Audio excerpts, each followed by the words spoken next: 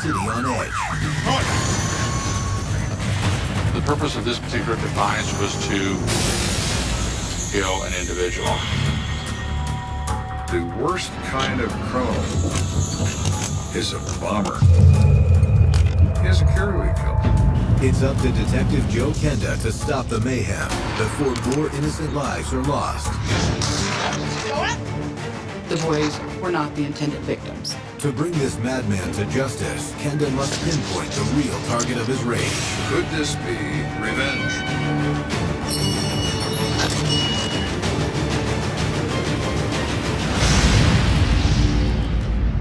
It's very difficult to say why conspiracies fall apart, but they always do. Somebody always comes forward. What's more important to you, your loyalty to your friend or your own life?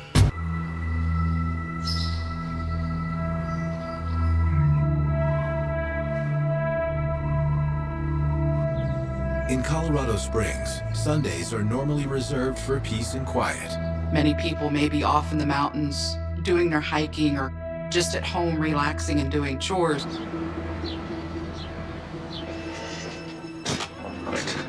For small business owner Barry Upwater, his empty office is a welcome opportunity to catch up on paperwork.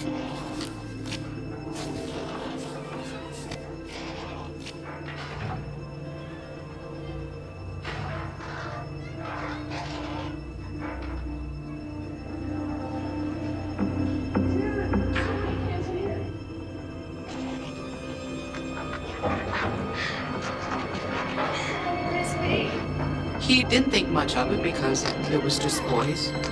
And he went about doing what he does. So imagine being in your business on a Sunday afternoon and this happens.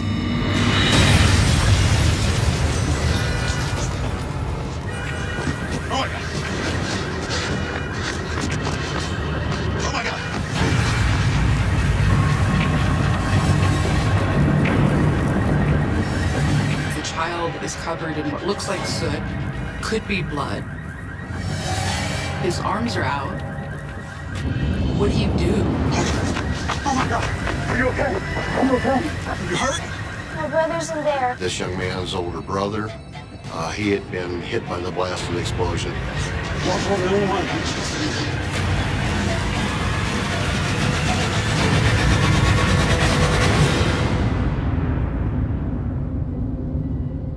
Meanwhile, on the outskirts of town, Detective Joe Kenda is spending some quality time with his family. Right here. This is early in my career, 1977. I was a homicide detective. I was not a supervisor or a boss. Here, let me show you. All right, when you hold it, try and put your fingers on the strings. Twist your wrist when you throw. Okay, I got it, Dad. Let me try it again. Just as Kenda's son makes his best throw yet, All right, better. his special moment is interrupted. Hey, Joe. What is it? We're playing. Joe, it's the office.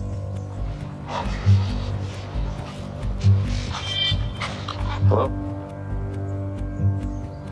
Yes? His face drops. He's 7 years old, and he's looking at me like I'm a Nazi war criminal. I know what he's thinking. It's because I'm leaving him in this front yard. It pains me. The dispatcher fills Kenda in on the tragedy unfolding across town. We got a 13-year-old kid killed in an explosion, and my eyes go to my own son, and I'm thinking, I don't even want to see this. Children hurt worse than anything else? I'm sorry, buddy. Something bad's happened. I gotta go see if I can help. I'll make it up to you. I promise.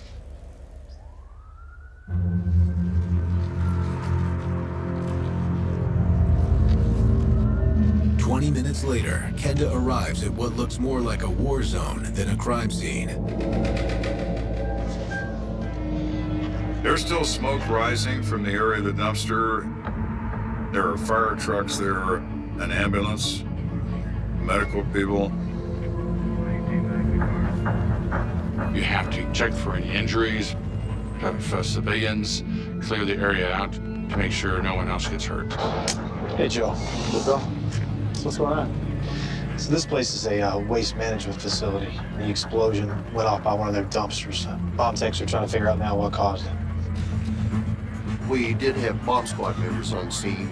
There were not that many explosions in Colorado Springs, so that was kind of an unusual call in that respect. They said there was a child? Yeah, a little boy. Got him covered up over there. They've identified this child as Daniel Carson. He's 13 years old. The victim is a 7th grader at Carmel Junior High School, where he excelled at both academics and sports. When a child is a victim of a violent crime, they flash in front of you. It's like having a nightmare when you're awake. But the size of the sheet covering young Daniel leaves Kenda puzzled. Looks like the explosive went off in his hands. God.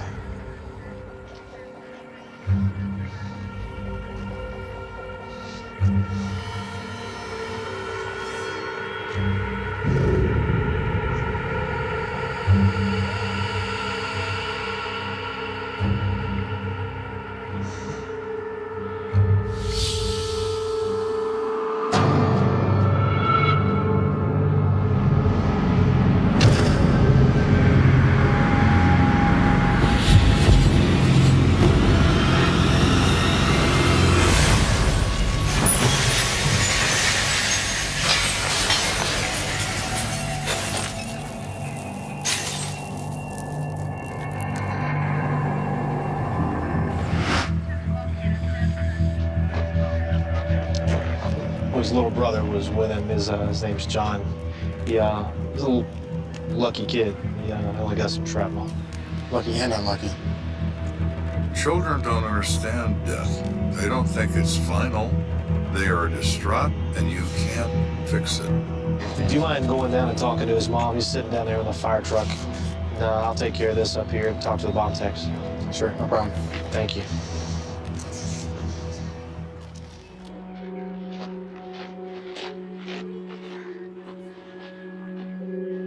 Mrs. Carson?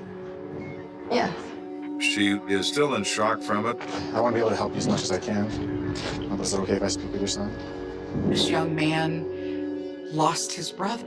And so we're expecting a lot from this little body and this little mind. It's okay, Mom. Oh. We were just playing in the lot, and then we noticed the dumpsters. Dude, so many cans in here. Going up. He and his brother Daniel were collecting aluminum cans. They always did this to make a little extra money. They would sell them for their refuse value. According to John, as he and Daniel sifted through the rubbish, something caught their attention. We found 2 boxes, and they were each like this big. So about a foot long? Yeah, I think they were ammo boxes. Where are these? They didn't know what they were, Whoa, those look cool. so they pulled them out from under the dumpster. He and his brother. They were identical. Let's see what's inside. So his brother Daniel said, I'm going to open this one. And John told him, maybe you shouldn't do that. Don't be a wuss.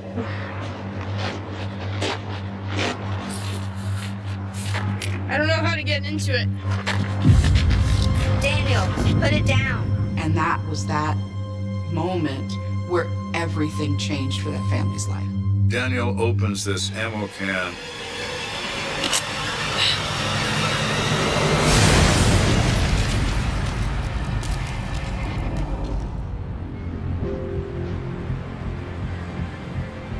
Can you tell me what you remember? I just remember getting up and running away. Kenda is heartbroken by the story, but he must get as much information as possible from John Carson before the young man is transported to the hospital. Now, John, this is very important. You said there were 2 of those metal boxes? Yeah, 2 of them. And did the other one explode as well? And that makes everyone stop and think. One box exploded. What will the second box do? Hey! There's another one by the dumpster! The ammo box is the bomb! Is it designed to detonate when police begin their investigation? Or, worse than that, is it now unstable because of the discharge of the other device. Everybody clear out! So you have this other complication of a second detonation that could kill somebody else. So we immediately move everybody back 100 yards.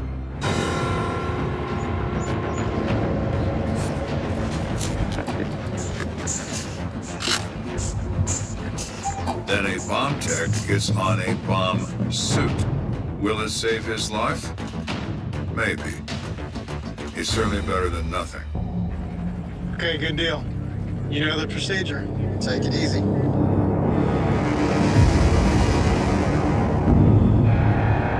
So they send a man in close to the area to survey.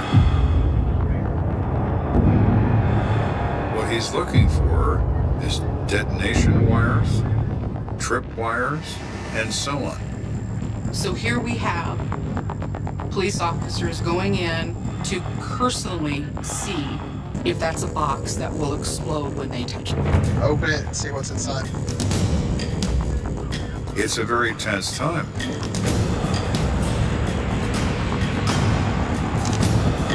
You're half expecting to hear another explosion.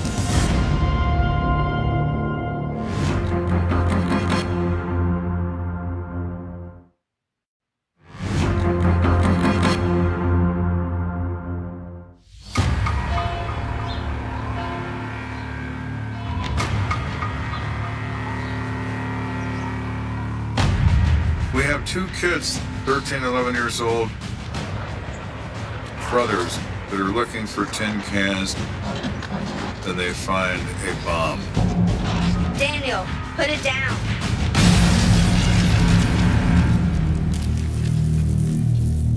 The survivor reports there could be a second box, indicating the presence of another device. The CSPD bomb squad is charged with the nerve-wracking task of defusing the second bomb.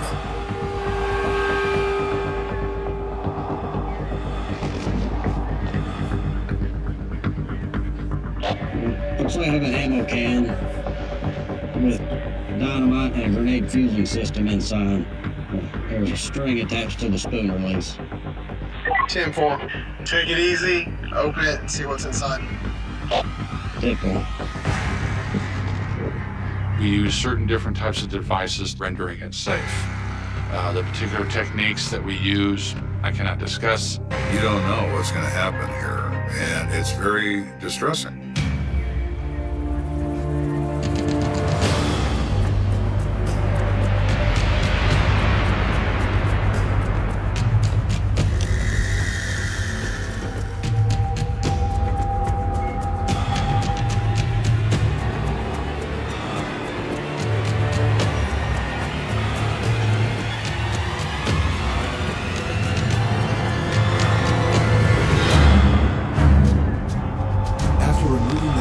From the ammo can, the bomb tech carefully disassembles the spoon mechanism on the fusing system.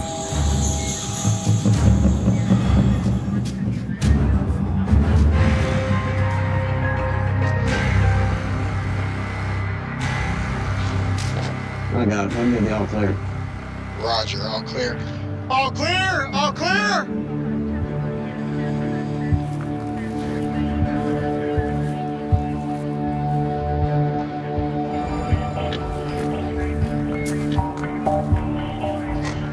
So what do you think? It's a homemade bomb? It's definitely homemade. Whoever made it's got access to military explosives, and they know how to work with them. Based on my own experience, the worst kind of criminal is a bomber. He doesn't care who he kills. They'd taken a hand grenade detonator and attached it to the end of that box, and then there was a pound and a half of military TNT in the box that had plastic caps attached to both and hooked to the fusing system. In the bottom was melted wax and all sorts of metal parts to create shrapnel. So it propels these forward, resulting in the same effect as if you had a gigantic shotgun. So someone in the military. And then, who else would have access to a grenade and dynamite? So the next question is obvious. Who is our bomber trying to kill? Obviously, it's not to kill 2 young boys who randomly showed up that morning to collect cans. Kenda takes a look around, contemplating possible intended targets. Could this be revenge? Somebody who's unhappy with Upwater Sanitation. Somebody who wants someone from that company to die. To answer those questions, Kenda starts with the owner himself, Barry Upwater. Mr. Upwater? Yes, that's me. He is very distressed about this entire event. I'm Detective Kenda. Do you think of anyone that might want to harm you or your business? And he said, well, I did fire a guy named Frederick Boyles. I felt bad about it. He was just making mistakes and not responding to our training. But I felt like we parted okay. Kenda wonders if, after being let go at Upwater, Frederick Boyles decided to get even. Sometimes people fester. Frederick Boyles certainly would have some motive to be vengeful. Any idea where I can find this guy? Yeah, I'm sure I've got his address on file in the office. Everything begins with a first step, and Mr. Boyles is going to be our first step.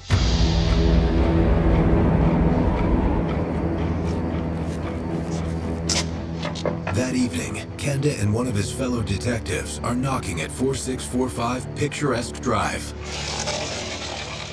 Can I help you? Hey, we're looking for a Frederick Boyles. We were wondering if you lived here by chance. Who's asking? Colorado Springs PD. I don't know any Frederick Boyles. She's absolutely lying, and there's no question in my mind she's lying. This guy? Maybe if you haven't heard of a Frederick Boyles, you have heard of obstruction of justice? Yeah, I know this man. This is my husband, Rick Coons. Excuse me? So now a red flag launches into the air. We have a man with more than one identity. What's that about? Rick. And here comes Rick Coons, a.k.a. Frederick Boyles. He looks rattled and embarrassed. You guys want to come in? I can explain.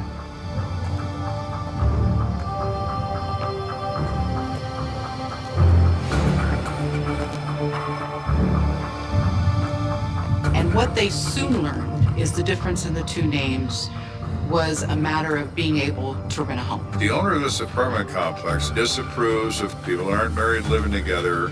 Well, we lied to him and told him that we were already married. My girl's last name is Coons, so I told him my name is Rick Coons. He has an explanation, as bizarre as it may sound. Kenda isn't concerned about Frederick Boyle's personal life. He wants to know if Frederick had the motive and the materials to build a pair of deadly bombs. So, how long did you serve in the United States Army? And he says, well, I was never in the Army. Do you know anybody in the Army? No. No, I don't. Did you hear what happened at Upwater Sanitation earlier today? The explosion was all over the news. I used to work there? What happened? Why don't you first explain to us why you were terminated from the company? The ultimate mistake was he saw a transmission leak under this truck and decided to continue on his route. The transmission leak got worse and it seized the engine of the truck. And it cost the company a fortune to repair the vehicle. Barry could have taken the money out of my check. But instead, he just let me go.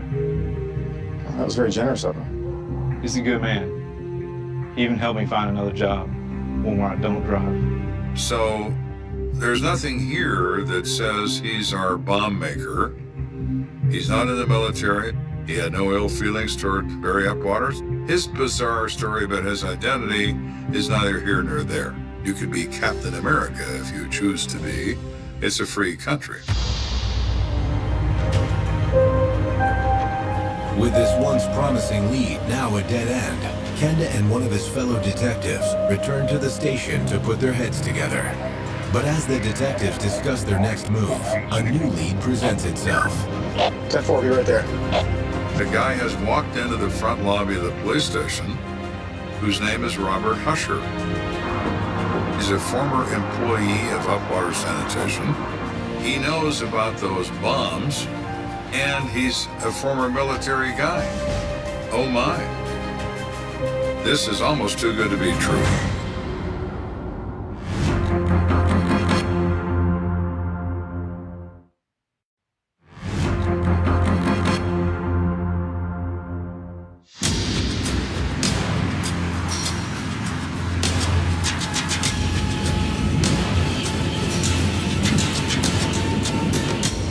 They're investigating at this point the murder of a 13-year-old child by an explosive device that's homemade. We have a person named Robert Husher, the former employee of Upwater Sanitation, walking into the police station and saying he knows about this. Robert Husher, correct? Yes, that's me.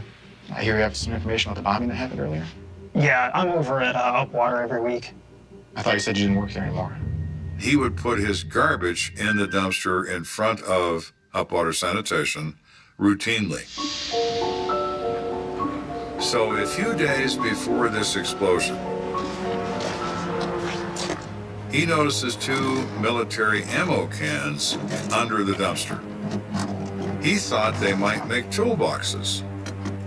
He looks at it and realizes the bottom has been cut out of it. And he just thought it wouldn't suit his purposes. And he left. Robert Husher explains that when the deadly explosion at Upwater Sanitation became the talk of the town, he put 2 and 2 together.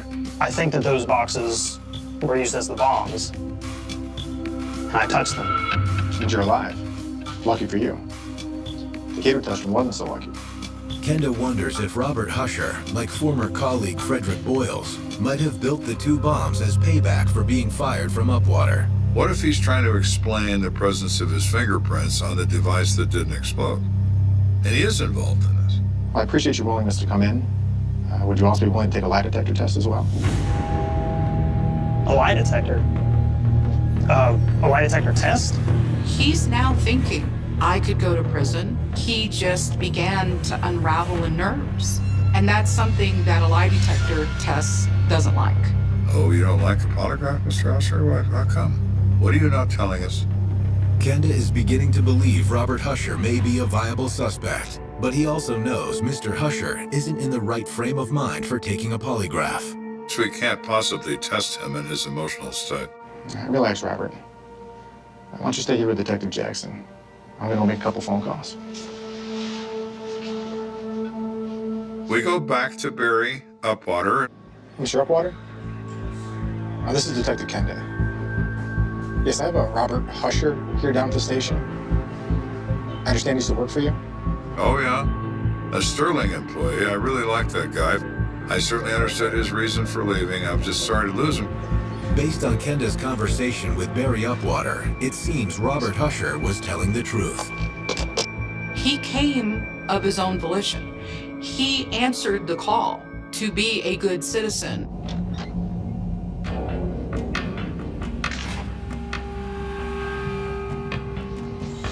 So, what's the story? Upwater says he's clean. A polygraph won't be necessary. Looks like you're free to go. Okay, thank you.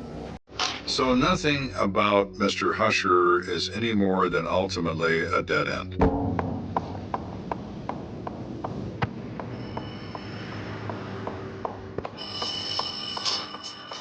Detective Jackson.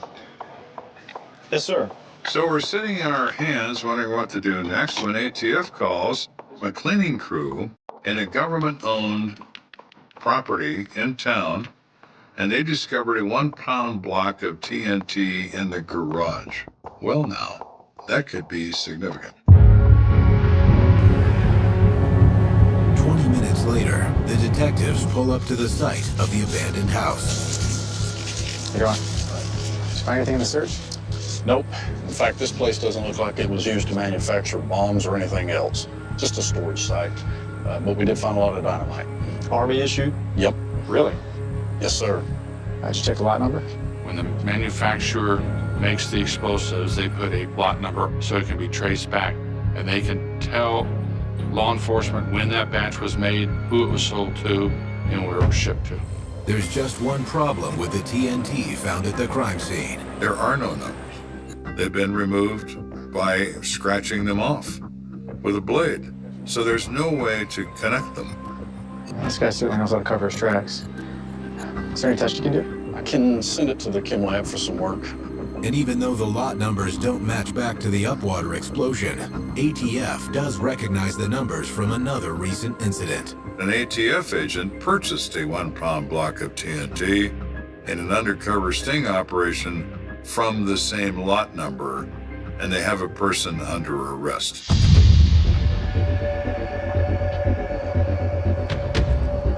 Okay, so where's the rest of it? Man, that's all the dynamite I got.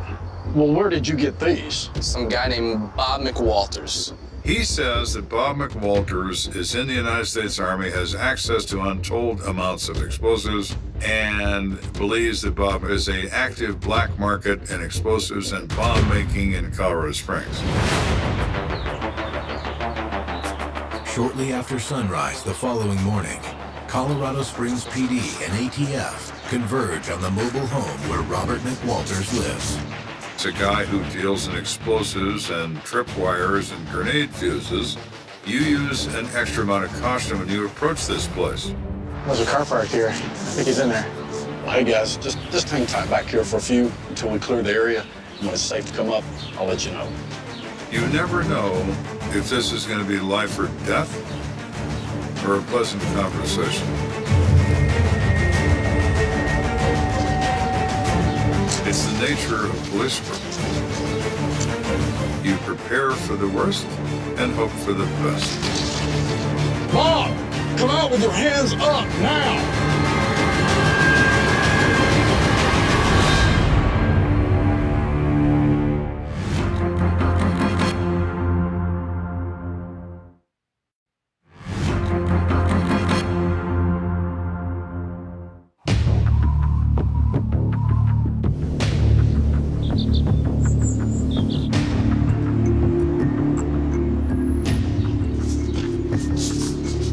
So at this moment, we have a group of officers and a group of ATF agents, and we are at the home of the reported TNT dealer, Bob McWalters, and we're about to make contact and find out what he's got to say for himself. Police! Bob, come out with your hands up! Make this safer and easier for everyone! Police! Come out with your hands up, Bob!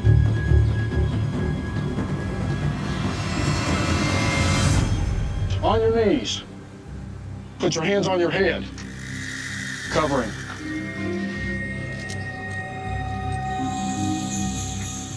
We are treating him as a suspect because he's been reported to us as a dealer in illegal explosives.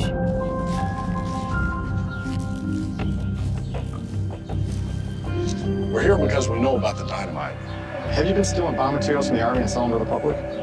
That's crazy. I've never done anything like that. I have some dynamite, but I didn't steal it, and I didn't sell it. He says he finds a bucket near a creek bed. Whoa. That contains TNT and blasting caps. So get the bucket, get it right now. He crawls under his trailer and recovers this bucket.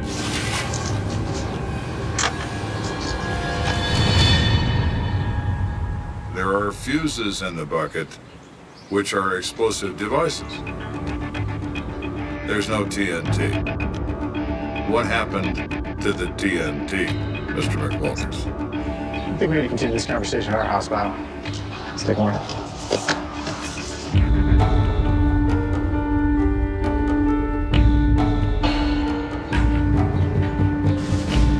He's not in the comfort of his own front yard. He's in an interrogation room in a police station. He's in a jam and he knows it.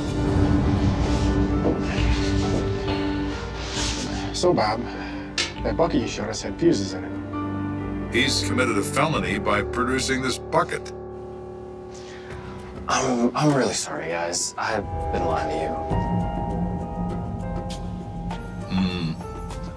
So how about a little truth? I did steal TNT from the Army. I did. But I didn't have any other choice. He says he's a young enlisted guy. He's not making enough money. His wife wants to start a family. He has heard that people sell TNT on the street to buyers. I was just trying to make some extra cash.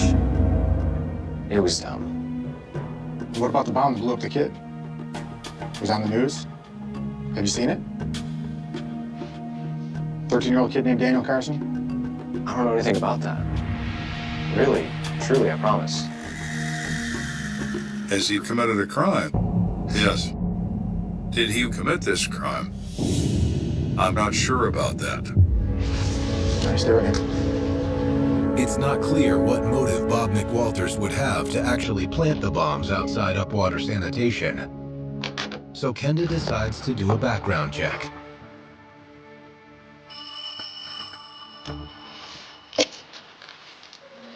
Detective Kenda. And that's when the investigation takes a nosedive.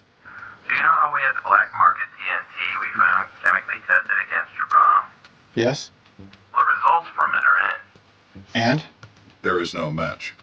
They come from different lots and were probably stolen by different people. That's surprising.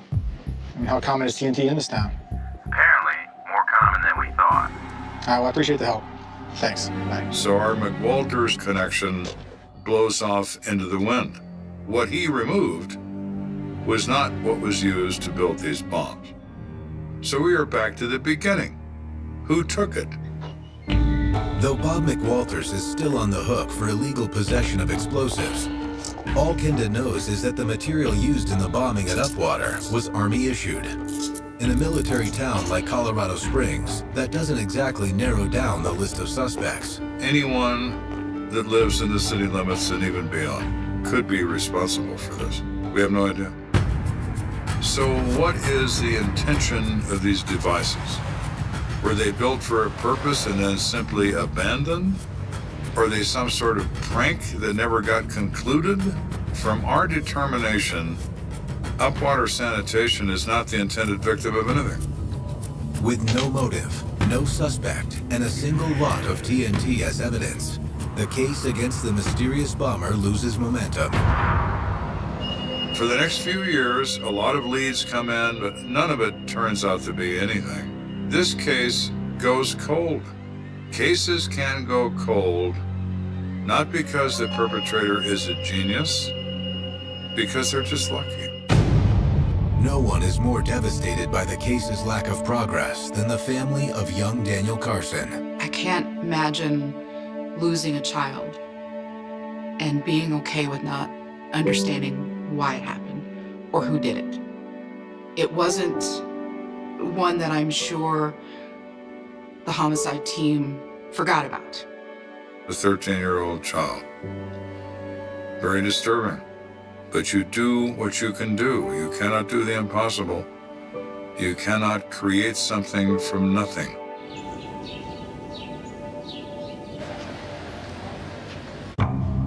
Fast forward 17 years. Kenda, now a lieutenant, is in his command office when the phone rings. Lieutenant Kenda. Hi, this is Jeannie Smith. At this point in time, I was the assistant district attorney, which was the number 2 person in the office. How can I help you? Yes, I'm calling about the Daniel Carson case. Okay. Because we didn't have current information about it. The first call would have been to the Colorado Springs Police Department, to the homicide unit, to Joe Kenda. I believe you investigated that case back in 1977. Is that correct? Yes. Yes, I did. She calls me, she said, "You're not going to believe this, but I just got a call from a defense attorney who says that she has a client who has been consumed by guilt. He wants to confess to the bombing death of Daniel Carson." I almost dropped the phone.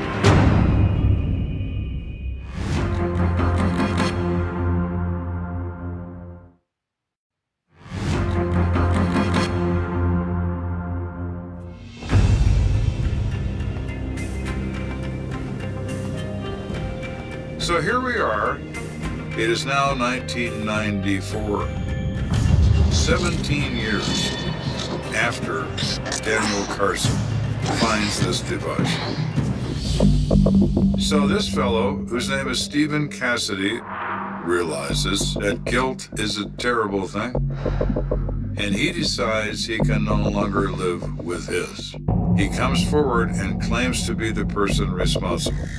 Getting a call on a 17-year-old case is really rare. You know it's going to be a challenge to put it back together.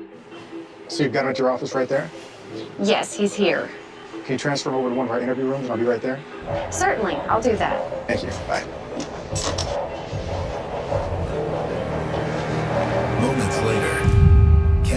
staring across the table at 36-year-old Stephen Cassidy. So, Mr. Cassidy, what can you tell me about the bombing at Upwater back in 1977? He says that when he was 19 or 20, he was in the U.S. Army. He had an associate also in the Army named Robert Varner, and that he and Robert Varner engaged in minor robberies, thefts, and various things. We were young and dumb. I mean, most of us harmless. Until Charlie came along. Who's Charlie? Charlie Caracas, our superior. I guess we wanted to impress him. He is a Vietnam veteran. Caracas has bragged to them about taking human lives, that he has no compassion about killing people. You guys want to get involved in some real than that petty stuff you guys are used to? Sure we do. They want to impress him with their willingness to behave in the same way. Yeah, so what's the plan? Got an idea to get some extra cash. I was thinking we could rob a disco, steal the customers' wallets. This is the 70s. People had money. They didn't have plastic. We're gonna do that with guns? Of course. We're gonna need a distraction, just in case the cops show up before we get out of there. So Caracas says, I will build a couple of bombs based on my experience and training, and we will use these bombs to cover our escape after the robbery. And what's all this have to do with the sanitation company? The disco that we were gonna rob was right down the street. We figured if the cops came, we detonate the bombs for diversion. This crazy plan appeals to these two kids because it contains machismo elements. We're gonna build bombs, we're gonna get thousands of dollars, we're gonna blow people up if we have to. They go over there. You guys keep your eyes peeled.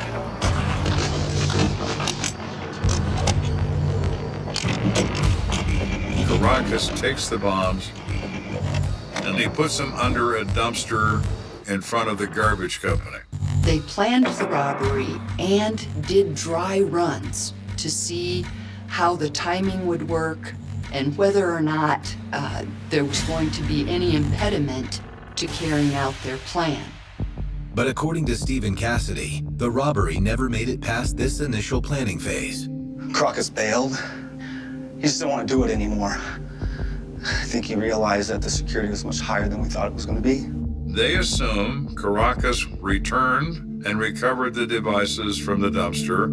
A month later, Stephen discovered what actually happened to the two bombs they made.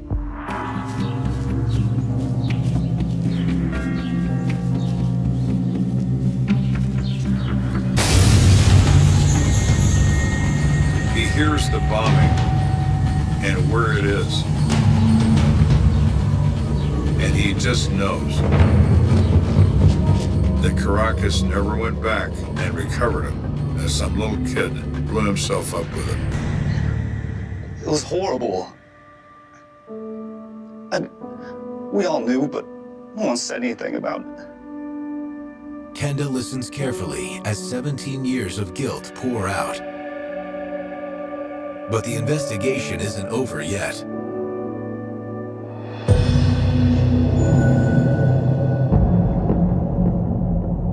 So now the next step is find the two accomplices to see if they can corroborate this story. We discover Robert Varner living in a town in Georgia. He is married. He has a daughter who is also, interestingly enough, 13 years of age. So you gonna tell me what I'm doing here? Yes. We brought you in here to discuss the bombing incident that happened here back in 1977. And he says, I want a lawyer. Okay, you can have a lawyer. But we'd like to show you something while you're considering what an attorney you'd like to call. Here's a picture of 13-year-old Daniel Carson after the bomb that you and Cassidy and Caracas created.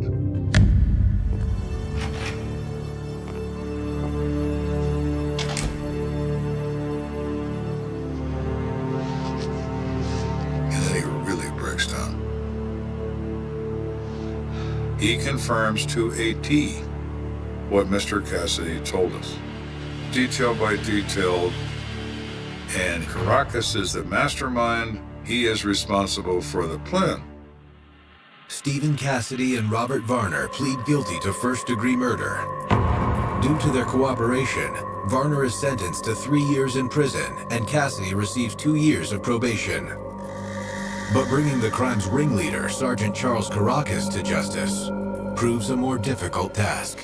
There was very little physical evidence that could tie Charles to the crime scene itself. Cold cases are extremely difficult to prosecute in a courtroom. You better have a dead-bang case, or a jury's going to raise their eyebrow. Sergeant Charles Caracas was charged, but he wasn't convicted. It's a horrible ending, but at least it's an ending. The answers aren't always easy. The answers aren't always comforting. But they're answers. And now that they have what happened and why, and who was involved, it gives them a piece of a closure. Daniel Carson lost his life at age 13, and nobody's ever going to pay the price for that. And it pains me, and their family continues to suffer. You will never get over the loss of a child. It's not the way of things.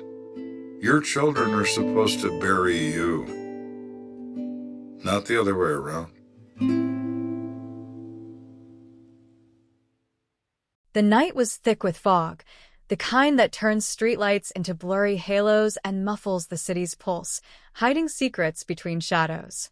A single scream shattered the quiet, brief, almost swallowed by the darkness, leaving only an echo that trembled through the empty streets of suburban California.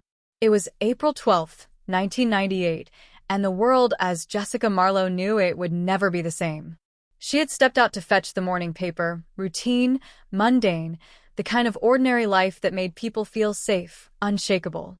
Nobody could have predicted that by sunrise, her name would be etched in a report labeled missing, a case file that would grow cold, forgotten in the shuffle of other headlines, other tragedies, until decades later, when the truth clawed its way back from the shadows.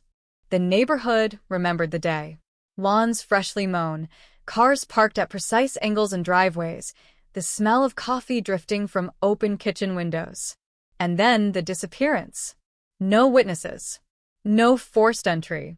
Just a front door ajar, a window left open to a spring breeze, and Jessica's absence. Police arrived within the hour, the blue lights painting the rows of houses in a surreal, blinking pattern, flashing against the quiet disbelief of neighbors who couldn't comprehend that danger had breached their perfect cul-de-sac. They found signs, small and unsettling. A coffee mug left on the counter, the family cat staring blankly from the hallway, a scattering of papers on the kitchen table as though someone had been interrupted. Nothing else. No body. No note. Just silence. The perfect cold case was born. Detectives combed the scene with meticulous care. Fingerprints yielded nothing new, DNA testing was in its infancy, and even the tiniest trace of evidence seemed to vanish into thin air. They interviewed friends, family, the local postman, the neighbor with binoculars who swore he saw something odd that night, the boyfriend who had left early for work. Each account added details, but never clarity, glimpses of movement, shadows where shadows shouldn't be, voices that seemed familiar but went unrecognized in the panic of the moment. The police released statements, held press conferences, promised the community answers that never came. Each headline faded after a day or two, replaced by the next tragedy, the next scandal. But for those who lived there, for those who loved Jessica, the questions were endless, gnawing.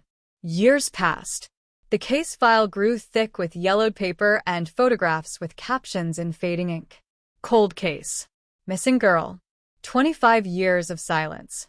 Technology advanced. DNA testing evolved. Fingerprint databases expanded. Police departments shared information across counties, across states, across digital networks. And still, Jessica's name floated in that liminal space, neither resolved nor forgotten, a ghost in the archives. Friends moved away. Families mourned quietly. The neighborhood changed. New houses, new lawns, new children playing under the same streetlights that once shone on that foggy night. Yet the air seemed to hold onto memory, a tension that lingered like static before a storm. Man was at Hien No, almost invisible, almost insignificant. A tip called in from someone who remembered an old acquaintance, a name barely whispered, a vehicle seen parked oddly near the cul-de-sac on that night in April. A scrap of paper tucked inside a forgotten drawer in a relative's attic, bearing numbers, letters, cryptic and unassuming. A photograph, yellowed at the edges, showing Jessica in the park, smiling, carefree, oblivious to the shadow that would later haunt her.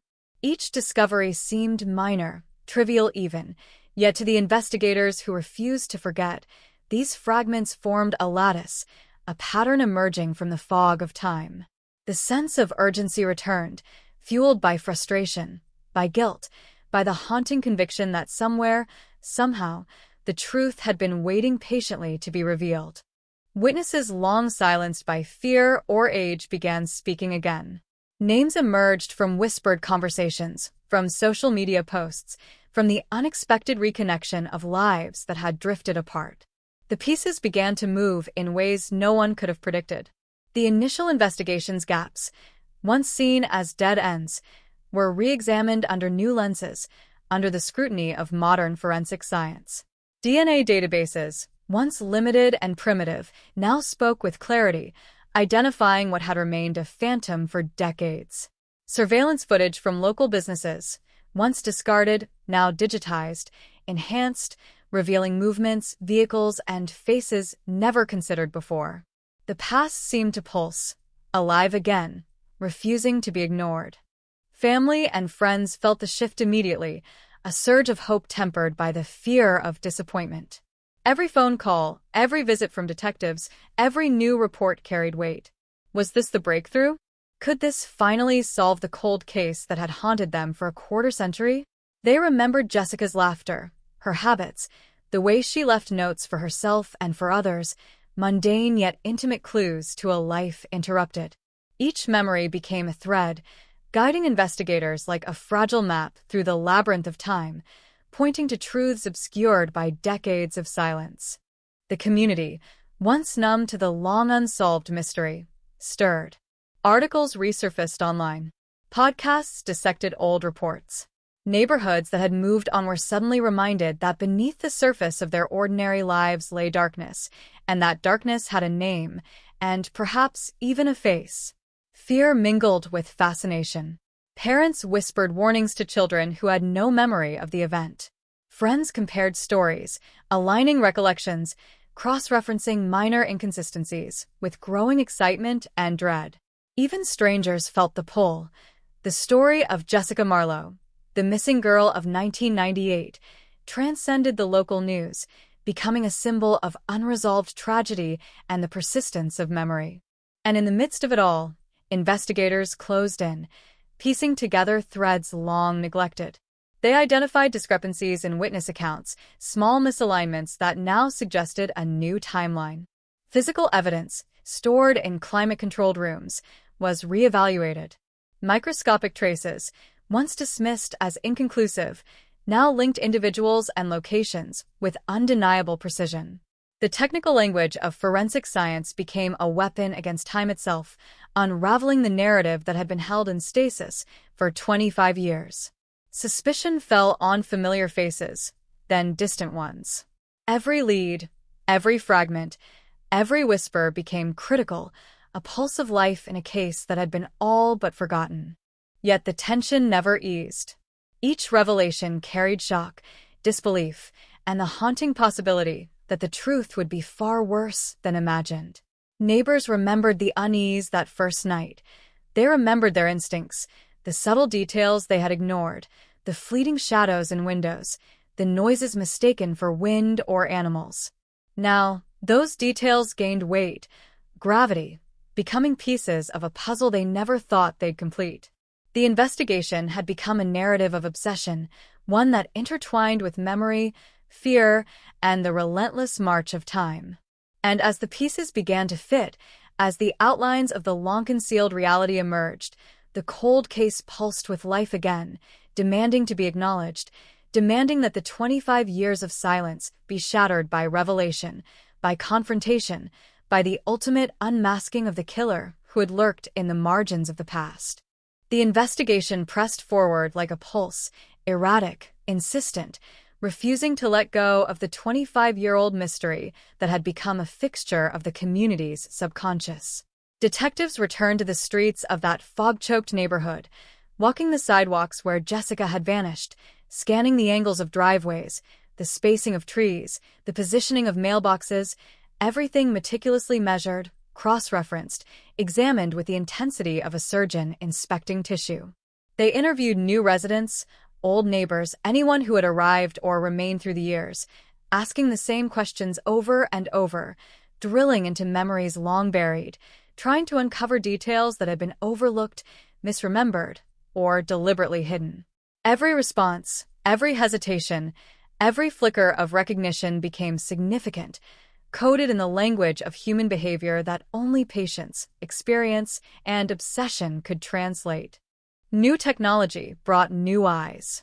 Forensic software, capable of mapping crime scenes in 3 dimensions, reconstructed the cul-de-sac with chilling precision. Light patterns, shadow angles, the trajectory of objects and footprints were analyzed. The weather records were reviewed, wind speed, precipitation, fog density, even lunar phase, all factors that might reveal the truth hidden in what had seemed like trivial conditions. Surveillance cameras, installed decades after the disappearance, were used to backtrack movements of vehicles and pedestrians in the surrounding area, revealing paths and patterns that once existed only in witness statements and conjecture.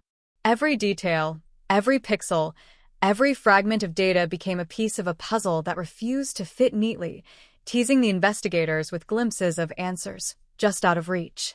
The family, once immobilized by grief and frustration, found a cautious resurgence of hope. Calls came late at night, investigators on the line, sharing what could be disclosed, carefully balancing the need for accuracy with the intensity of revelation. Old photographs were revisited, some misfiled, some overlooked. A casual snapshot of Jessica at a birthday party revealed a shadow in the background, unnoticed at the time, that now suggested a presence previously unknown. Her friends recounted stories from that year with renewed attention, each anecdote examined under scrutiny, timelines adjusted, and inconsistencies cross-checked. What once seemed like random memories now formed a lattice of context, each thread supporting another, slowly building a web of possibilities. The detective in charge, seasoned and unflinching, had grown accustomed to the frustration of cold cases, yet this one clawed deeper. He spent hours in the evidence room, sifting through boxes and files, reading old notes, examining sketches, photos, and reports with a methodical precision bordering on obsession. A worn notebook belonging to Jessica's best friend revealed entries about a stranger, someone who had been seen lurking near the schoolyard, casually integrated into neighborhood life but never officially reported. At the time, the note was dismissed as teenage paranoia, but now, every sentence, every description became a potential key. The investigators mapped it, cross-referenced it against known offenders in the region, and found matches that had never been made before. Forensic breakthroughs became pivotal. DNA from hair strands found on the windowsill, preserved for decades, was finally tested against national databases, returning multiple hits, none conclusively linked, yet each narrowed the pool of suspects. Analysts discovered traces of blood on a torn piece of fabric in Jessica's closet, long thought inconclusive. Using modern techniques, they amplified the sample, separating layers of contamination, and for the first time, identified markers that had once been impossible to discern. The science spoke, quietly but insistently, whispering truths that had remained dormant, waiting for the tools to interpret them. Witnesses who had remained silent now spoke with cautious courage. Some feared reprisal, some had been convinced their memories were irrelevant. But the pressure of time, The weight of decades and the realization that justice might finally emerge compelled them to share what they had held back. One elderly neighbor recounted seeing a familiar vehicle parked unusually on that night in April 1998, the type of car rarely seen in the neighborhood, an unremarkable sedan that now seemed to radiate significance. A former employee of a local store remembered an unfamiliar face lingering near the checkout, a person who asked odd questions about local routines, people, and schedules. These fragments, initially dismissed, now formed an eerie consistency, like droplets feeding into a widening river. The detectives followed the river, tracing leads across counties, across digital and paper trails, analyzing employment records, criminal histories, travel itineraries. Patterns emerged, associations, repeated locations, subtle behavioral markers. Every seemingly minor discrepancy in prior interviews, every overlooked description, every misfiled document gained gravity. They tracked cell phone records, though limited, and discovered anomalies, signals that placed certain individuals near the area at improbable times. These discoveries fueled a narrative previously hidden, a map of behavior that suggested premeditation, surveillance, and knowledge of the neighborhood's routines. Pressure on the family mounted, an emotional tide that ebbed and flowed with each new piece of information. They oscillated between hope and despair. Old grief was reignited, dormant anxiety surfaced. They revisited every memory of Jessica, her laughter, her routines, the patterns she had established in her life, and the anomalies that had gone unnoticed. Every object from her room, preserved in plastic containers, cataloged in dusty boxes, became a potential clue, a key to understanding what had happened. Personal items, once sentimental tokens, now acquired forensic significance. Fibers, residues, microscopic traces that spoke a story written in materials rather than words. Community response was electric. News articles chronicled the resurgence of interest. Podcasts dissected the minutiae of prior reports, analyzing inconsistencies, timelines, and potential suspects. Online forums erupted with speculation, people piecing together information as if the case belonged to the world itself. Some contributions were helpful, others sensationalized, but all reinforced the growing sense that this case, long dormant, now demanded attention. People revisited memories from 1998, finding connections that had once seemed irrelevant, recontextualizing past observations in the harsh light of modern investigation. Fear mingled with fascination. Parents recalled warnings whispered in hushed tones to their children. Neighbors confronted forgotten unease, recalling moments they had rationalized away. The breakthrough came quietly. A piece of evidence, long buried, misfiled in the early days of the investigation, revealed an anomaly in DNA sequencing. When tested with modern techniques, it matched a name previously considered peripheral, a man who had never been formally investigated. His presence in the community had been benign, his background unremarkable, yet the data was incontrovertible. Detectives approached the revelation with cautious precision, verifying, cross-referencing, confirming. The timeline aligned. The witness reports aligned. The pattern of behavior, unnoticed in 1998, became clear. The specter of Jessica's disappearance was finally tangible, and the individual responsible could no longer hide behind the passage of time. Arrest plans were drawn with meticulous care. Officers coordinated surveillance, waiting for the precise moment, avoiding leaks, ensuring the individual would be caught before fleeing or destroying evidence. Every detail was considered, the risk, the logistics, the potential for confrontation. It was an operation built on patience, expertise, and decades of accumulated knowledge. The community, unaware of the exact timing, waited with bated breath as the culmination of 25 years of investigation approached. And still, the tension was palpable. For those who had followed the case from the beginning, for the family whose lives had been suspended in grief, for the investigators whose careers had intersected with this puzzle, there was no relief yet, only the raw anticipation of truth. The fog of 1998 had thickened over the years, but now it lifted incrementally, revealing outlines, connections, and patterns that had been invisible for a generation. The cold case that had haunted the community, that had lingered in the collective imagination, that had resisted explanation through decades of silence, was finally on the brink of resolution. The breakthrough didn't arrive with sirens or flashing lights. It came quietly, a subtle whisper in the archives of human error and lost evidence, buried under the weight of 2.5 decades. The lab technician, methodical, unassuming, noticed a fragment of DNA that had been overlooked in early testing, a faint signature hidden beneath layers of contamination. It pulsed on the screen like a ghost, faint but persistent, refusing to be ignored. The detectives leaned over the monitors, their eyes narrowing, hearts quickening. For the first time in 25 years, the cold case breathed again with tangible promise. The name that emerged was familiar, yet entirely unsuspected. A man who had blended seamlessly into the rhythm of the neighborhood, who had been a friendly face at community events, who had no recorded criminal history. And yet, science did not lie. Every detail fell into place with terrifying clarity. Surveillance footage, previously dismissed as grainy and inconclusive, was re-examined, enhanced with modern algorithms.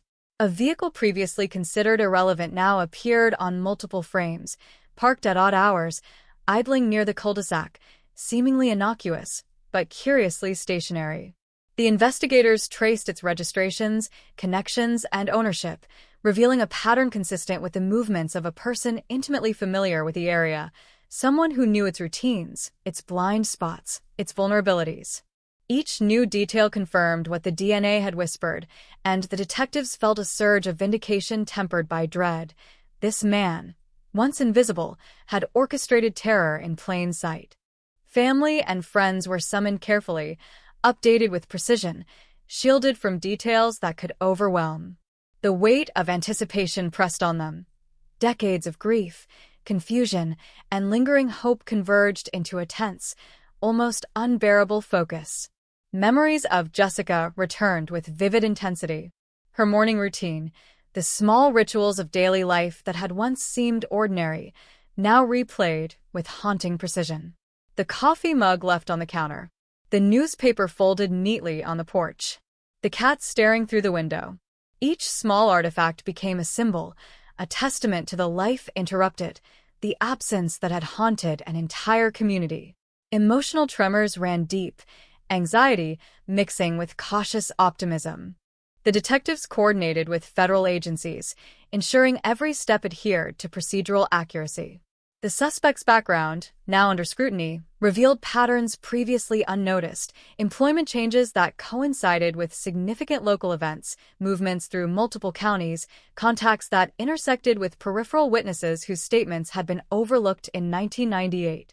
Analysts traced financial transactions, cross-referenced phone logs, reconstructed schedules with alarming detail. Even decades-old minor infractions were revisited, not as accusations but as potential indicators, patterns that could reveal motive, opportunity, and method. The investigation, once scattered and frustrated, now converged with precision. Each day brought new anxiety, tempered with calculated action. Detectives surveilled quietly, shadowing movements, observing routines, ensuring the suspect remained unaware that the past had caught up with him. It was a delicate dance of patience and strategy. One misstep could jeopardize years of effort. The community remained largely oblivious, though rumors began to circulate, whispers of activity that drew attention in subtle ways, parked unmarked vehicles, familiar faces moving cautiously through the streets, neighbors noticing what they couldn't quite define. Suspense hung in the air like an invisible fog, thick, suffocating, and inescapable. The arrest unfolded with surgical precision. At dawn, officers moved quietly, minimizing exposure, ensuring that the element of surprise remained intact. They approached the suspect's residence with careful coordination, every team member aware of their role, every route planned to the smallest detail. The door opened, and the suspect, caught entirely unawares, faced the culmination of 25 years of investigation. Shock registered in his eyes, disbelief, a fleeting hope that time had somehow shielded him. It hadn't. Years of evasion, of careful concealment, of blending into the fabric of suburban life, ended in a quiet moment of confrontation that would ripple through the community for years to come. The arrest sent shockwaves through the neighborhood. Residents who had long accepted the mystery as permanent were suddenly reminded that danger had once walked among them, unassuming and invisible. Conversations erupted at local cafes, grocery stores, and schools. Memories resurfaced. Details that had been forgotten or dismissed suddenly gained significance. People realized that the missing girl's presence had never really left their lives. It had been a shadow in the corners of their minds, a constant, unspoken tension that now had a face. Parents reflected on the small, unremarkable events they had dismissed in 1998, realizing those moments had been pieces of a puzzle that only now fit together. Evidence collection proceeded meticulously. Officers returned to the original crime scene, photographing, measuring, and documenting with modern technology. Objects stored in evidence lockers for decades were reanalyzed, fibers, hair strands, and microscopic residues examined with advanced instruments that had been unimaginable in 1998. The reconstructed crime scene revealed previously unnoticed alignments, distances, angles, trajectories that corroborated the suspect's presence and actions. Each finding reinforced the narrative that had eluded investigators for a generation, offering concrete proof to replace decades of speculation. Witnesses were called to testify, some decades older, some with memories sharpened by time rather than dulled. Their recollections, filtered through years of reflection, offered nuance previously inaccessible. Small inconsistencies were resolved, questions answered, and the timeline of events solidified with remarkable clarity. The community, long accustomed to uncertainty, now faced the stark reality of the investigation's results. The suspect had been living among them, unnoticed, undetected, a reminder of how easily evil can masquerade as ordinary, how deception can persist for decades. Media coverage erupted. Headlines screamed the news. The cold case solved, the missing girl's story finally reaching resolution.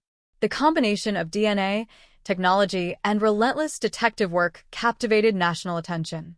Analysts dissected the investigation's methods, debating what had been missed, what had been discovered, and how persistence had finally delivered justice. Families of victims in similar cases watched closely, inspired by the notion that even the oldest, coldest cases might still be resolved, that time could not fully protect those who believed they had evaded accountability. The emotional impact was profound. For Jessica's family, there was relief, but it was intertwined with grief, the reminder that nothing could restore what had been lost. The suspect's arrest provided a tangible form of closure, yet it also reopened wounds long buried. The community grappled with the realization that a man who had lived among them for decades was responsible for horror that had seemed inexplicable, abstract, ungraspable. There was celebration, yes, but also an acknowledgement that life had been permanently altered, that the echoes of 1998 would forever linger. Even as legal proceedings began, the narrative continued to unfold in subtle ways. Investigators revisited every detail, ensuring that the prosecution was airtight, that the story of 25 years of pursuit would culminate in a conviction. Each new revelation, each corroborated account, added to the sense of inevitability, the inevitability of justice finally catching up to those who had tried to hide in the shadows. The cold case, once frozen in time, now burned with clarity, illuminating the dark corners of a community's collective memory. The suspect sat quietly in the interrogation room, a faint hum of the overhead light the only sound, a stark contrast to the chaos of decades that had finally led him here. Detectives entered methodically, their presence deliberate, commanding yet restrained.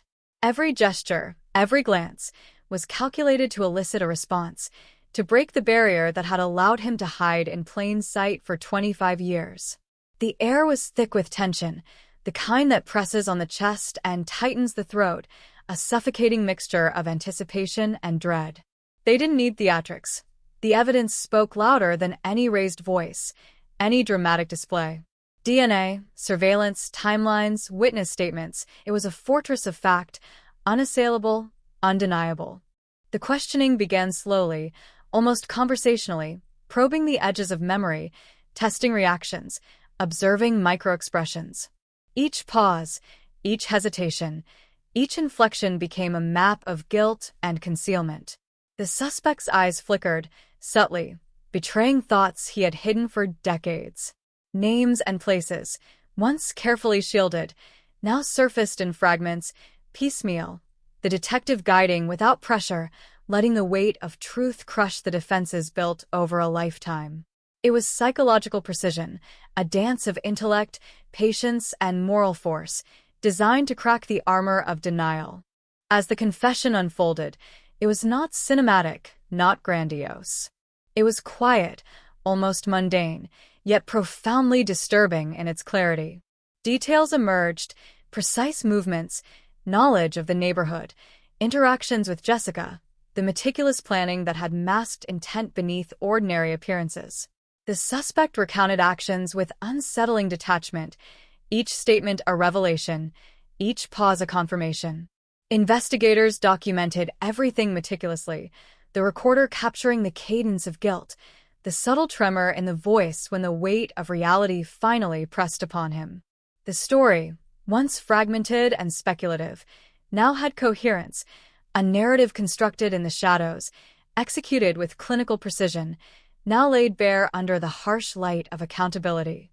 Meanwhile, the community absorbed the news in waves of shock and disbelief. Neighbors who had lived adjacent to the suspect, who had greeted him at barbecues, exchanged polite nods in grocery stores, or casually waved during morning jogs, struggled to reconcile the ordinary face with the horror revealed. Parents revisited the routines of their children in 1998, the seemingly insignificant details, the playground trips, the route to school, the after-school clubs, and the potential intersections with a predator who had been silently observing. There was anger, fear, fascination, a mixture of emotions that rippled through the town like a tremor, shaking foundations built on assumed safety and trust. The legal process began in earnest. Prosecutors meticulously reviewed the confession, matching it against the physical evidence, the witness statements, the digital and forensic data painstakingly reconstructed over 25 years. Every detail was corroborated, every claim validated. The defense attempted to challenge the narrative, arguing against the weight of decades-old testimony and evolving scientific techniques, but the mountain of evidence proved immovable. DNA, once a whisper, now roared with certainty. The patterns, timelines, and surveillance data aligned with chilling precision. The suspect's attempts to obfuscate, to rationalize, were dismantled systematically, piece by piece. For the family of Jessica, the courtroom was a theater of simultaneous relief and anguish.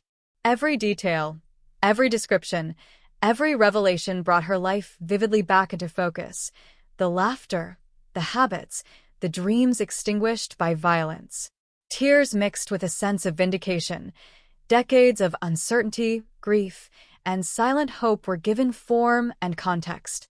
They watched as justice unfolded not as a singular moment of triumph, but as a prolonged affirmation of truth, patience, and resilience. Their voices, once silent, now had power, contributing to a narrative that demanded recognition and closure. Witnesses were called to testify, their memories sharpened by time rather than eroded. Teachers, neighbors, friends, and even casual acquaintances provided context that had once seemed irrelevant. The cumulative weight of decades of observation, recollection, and reflection painted a picture of the suspect that was complete, comprehensive, and horrifyingly precise. Each account contributed to the mosaic, filling gaps that had eluded investigators in 1998. Even subtle details, a fleeting glance, an odd behavior, a repeated pattern, became crucial threads in the tapestry of truth, illuminating a story that had remained invisible to all but the perpetrator for a quarter-century. Meanwhile, forensic analysis continued to uncover additional evidence, bridging gaps that had once seemed unbridgeable. Microscopic residues, long preserved, were re-examined. Fibers from clothing, hair strands, and soil samples were cross-referenced with new databases. Items previously considered insignificant now proved critical, confirming the suspect's movements, interactions, and presence in specific locations. The science of crime solving, evolving with the passage of time, revealed nuances that had been impossible to detect in the late 1990s. Each discovery reinforced the narrative constructed from witness accounts, creating a seamless chain of evidence that left no room for doubt. The psychological impact on the suspect was profound, though muted in expression. The walls he had built over decades, walls of denial, rationalization, and careful concealment, crumbled incrementally. Every question, every piece of corroboration, every confrontation with irrefutable fact chipped away at his defenses. Investigators noted subtle shifts in demeanor, small tremors in hands, slight changes in posture, micro-expressions betraying the internal collapse of control. There was no theatrics, no outburst, only the quiet, insidious realization that time had caught up, that the narrative he had meticulously avoided was now unavoidable. Outside the courtroom, the community grappled with the revelations. Conversations erupted in coffee shops, supermarkets, and schoolyards. Friends compared recollections from decades past, aligning memories, discovering patterns they had once dismissed. Fear mingled with fascination. Parents reflected on the routines of their children. Neighbors confronted the unsettling fact that the ordinary face of evil had been hiding in plain sight. The narrative transcended personal connection, becoming a cautionary tale of vigilance, memory, and the relentless pursuit of truth. Social media amplified the discussion, transforming localized shock into a broader discourse on justice, closure, and the enduring consequences of crime. The prosecution methodically presented each piece of evidence: the enhanced surveillance footage, the DNA results, the eyewitness accounts, the minute details from decades-old records. The courtroom became a theater of precision, each element reinforcing the next, constructing an irrefutable narrative of guilt. Every objection raised by defense attorneys was countered with meticulous documentation, scientific validation, and logical consistency. The weight of accumulated decades, combined with modern forensic science, created a structure of evidence that was overwhelming in its clarity. The jury, attentive and deliberate, absorbed the full scope of the case, recognizing the convergence of time, technology, and tenacity that had made this resolution possible. For Jessica's family, every revelation carried emotional resonance. Each detail, once abstract, now became tangible. The route she had taken, the objects she had interacted with, the actions of the perpetrator that had escaped notice for years. Grief, though persistent, was accompanied by the power of understanding. The closure, while not erasing loss, provided a framework to comprehend, to contextualize, to finally confront the tragedy that had dominated a lifetime. The courtroom, the evidence, the testimony, all were instruments of affirmation, validating memories long held and casting light on the darkness that had enveloped them for a generation. As the days progressed, the narrative solidified, transforming decades of uncertainty into clarity. The suspect's meticulous planning, once invisible, was now fully documented. Investigators, prosecutors, and family members collaborated to ensure that every facet of the case was recognized, recorded, and preserved. Justice, delayed but inexorable, asserted itself not as a singular act, but as a prolonged, deliberate process, one that honored the complexity of human memory, the persistence of evidence, and the moral imperative to confront truth. The cold case that had haunted a community for 25 years was now laid bare, its contours visible, its perpetrator identified, its narrative complete. Yet even as the legal process progressed, the psychological, emotional, and social reverberations persisted. Memories long dormant were awakened, routines disrupted, and the quiet neighborhood of 1998 had been forever altered. The resolution of the crime did not erase the past. It illuminated it, revealing the fragility of assumed safety and the persistence of justice, even across decades. As the trial unfolded, the story of 1998 began to crystallize in ways no one had dared to imagine. The courtroom became a vessel for decades of unanswered questions, a space where every piece of the puzzle, once scattered and forgotten, aligned under the stark light of scrutiny. Detectives testified with precision, presenting timelines, reconstructions, and enhanced footage. The jurors listened, rapt, absorbing the meticulous narrative that spanned 25 years. Every phone call, every vehicle sighting, every forgotten scrap of evidence that had once seemed inconsequential, now woven into an unassailable tapestry of truth. Each word, each exhibit, struck with the force of revelation, exposing the carefully concealed movements and intentions of a man who had spent decades blending into ordinary life. The suspect's demeanor remained calm, yet beneath the surface, a storm brewed. Interrogation room tactics, court scrutiny, and the accumulation of irrefutable evidence eroded his defenses incrementally, forcing cracks in the facade he had maintained for decades. His hands twitched slightly, his gaze shifted, and subtle microexpressions betrayed an internal unraveling. The courtroom, silent and observant, absorbed these indicators as part of the narrative, each involuntary movement, each fleeting expression, a reflection of the decades of concealment unraveling under relentless scrutiny. Justice, patient and precise, revealed itself not through spectacle but through the quiet, inexorable weight of truth. Witness after witness detailed their recollections. Neighbors recounted fleeting anomalies, small incidents dismissed as trivial at the time, but now recontextualized as deliberate steps by the perpetrator. Teachers recalled behavior patterns, students remembered unusual encounters, and even casual acquaintances contributed to the expanding mosaic of events. The jury pieced together the suspect's presence in the community with surgical precision, mapping interactions, movements, and timing. The fabric of 25 years of life intersected with the threads of the crime, constructing a narrative as chilling as it was compelling. The ordinary spaces of daily life, the streets, schools, stores, parks, revealed themselves as stages for calculated predation, the mundane transformed into a theater of hidden terror. For Jessica's family, each revelation was a double-edged sword. Relief mingled with grief, triumph with sorrow. They had waited decades for justice, for answers, and now they had them. But the reality of what had been done, the meticulous cruelty, the deliberate manipulation, weighed heavily. Memories of Jessica, her laughter, her routines, her small gestures, surfaced with renewed intensity, magnified by the knowledge of the suffering she endured. Objects once benign, a hairpin, a diary, a photograph, assumed new significance, silent witnesses to a life interrupted and a crime meticulously executed. Emotional waves surged and receded, leaving traces of both catharsis and lingering pain.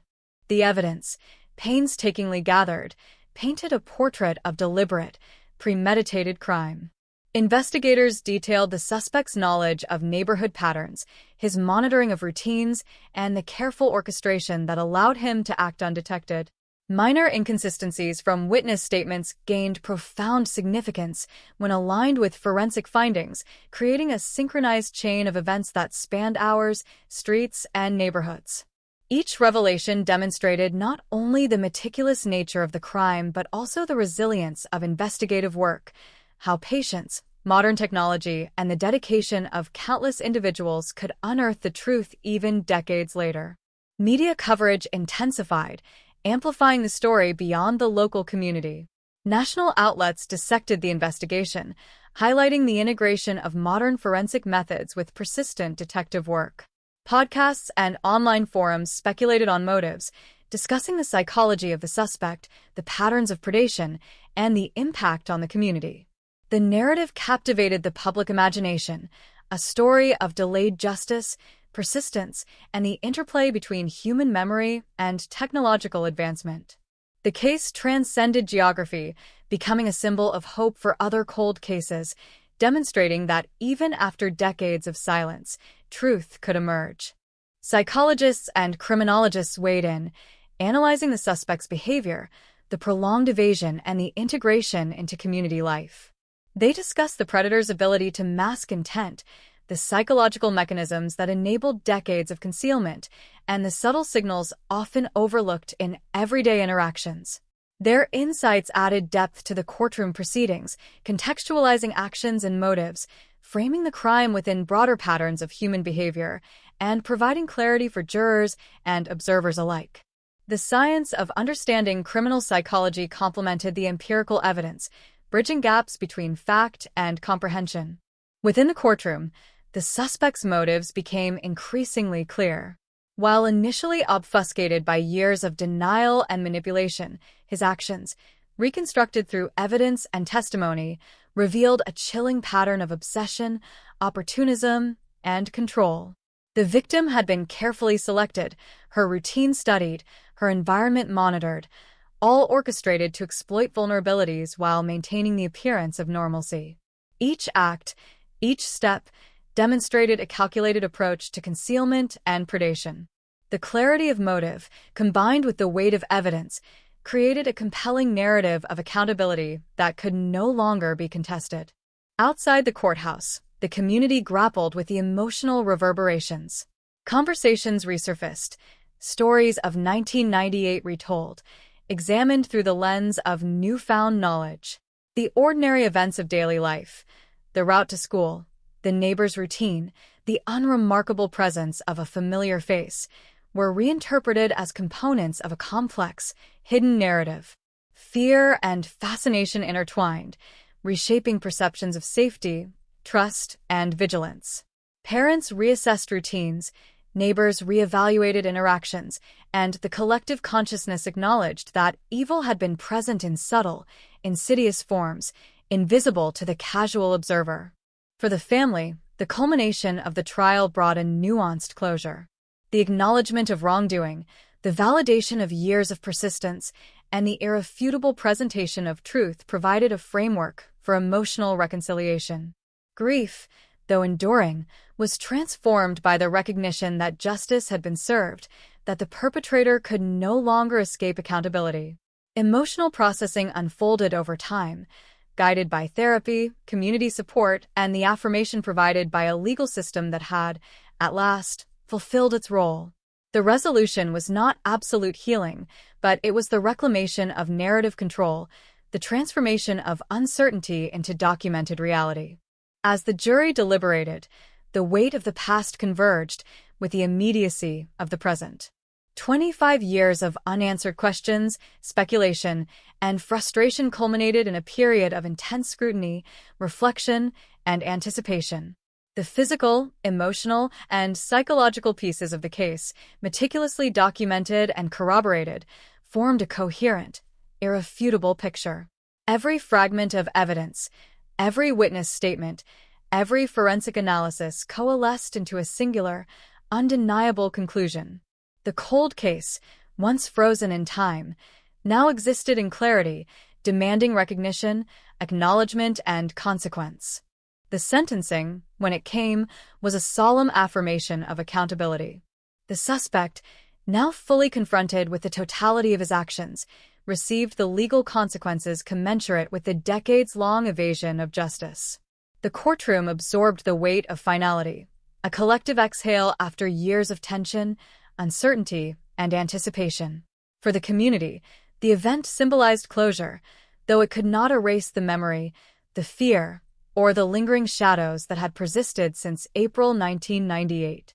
The echoes of the crime and the relentless pursuit of resolution had become part of the collective consciousness, shaping understanding, vigilance, and empathy. In the aftermath, the family began the slow, deliberate process of reclaiming their lives from the grip of prolonged uncertainty. Therapy sessions, community support groups, and personal reflection provided pathways to navigate grief, closure, and understanding. Objects once associated with loss became touchstones of memory, reminders of a life taken too soon, yet now contextualized within a narrative of justice.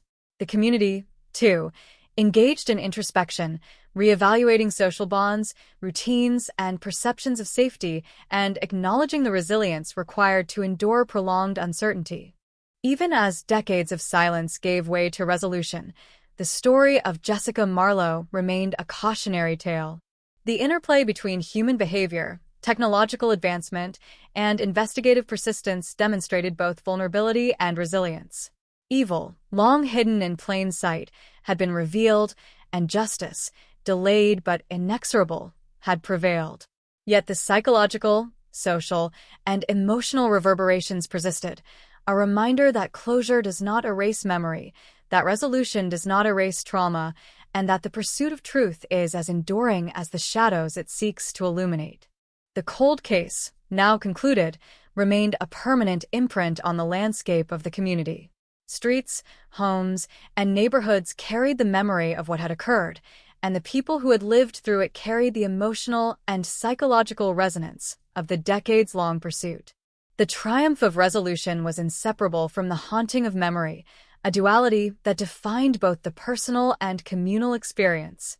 In the end, the revelation of truth illuminated not only the events of April 1998, but also the enduring power of persistence, the capability of science and human observation, and the profound, lasting impact of a crime once hidden, now finally brought to light.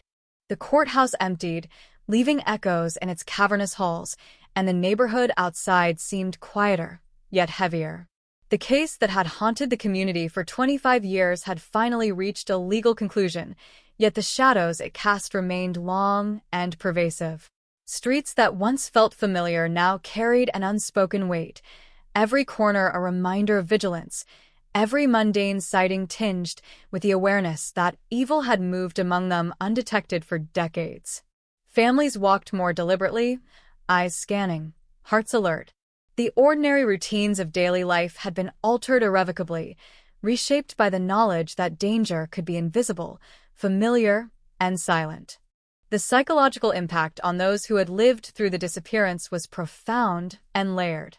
Survivors of that night, witnesses who had seen fleeting anomalies or shadows of movement, now replayed their memories in vivid detail, piecing together moments that had seemed insignificant at the time. Sleep was restless for many, haunted by what-ifs and lingering images of the unknown.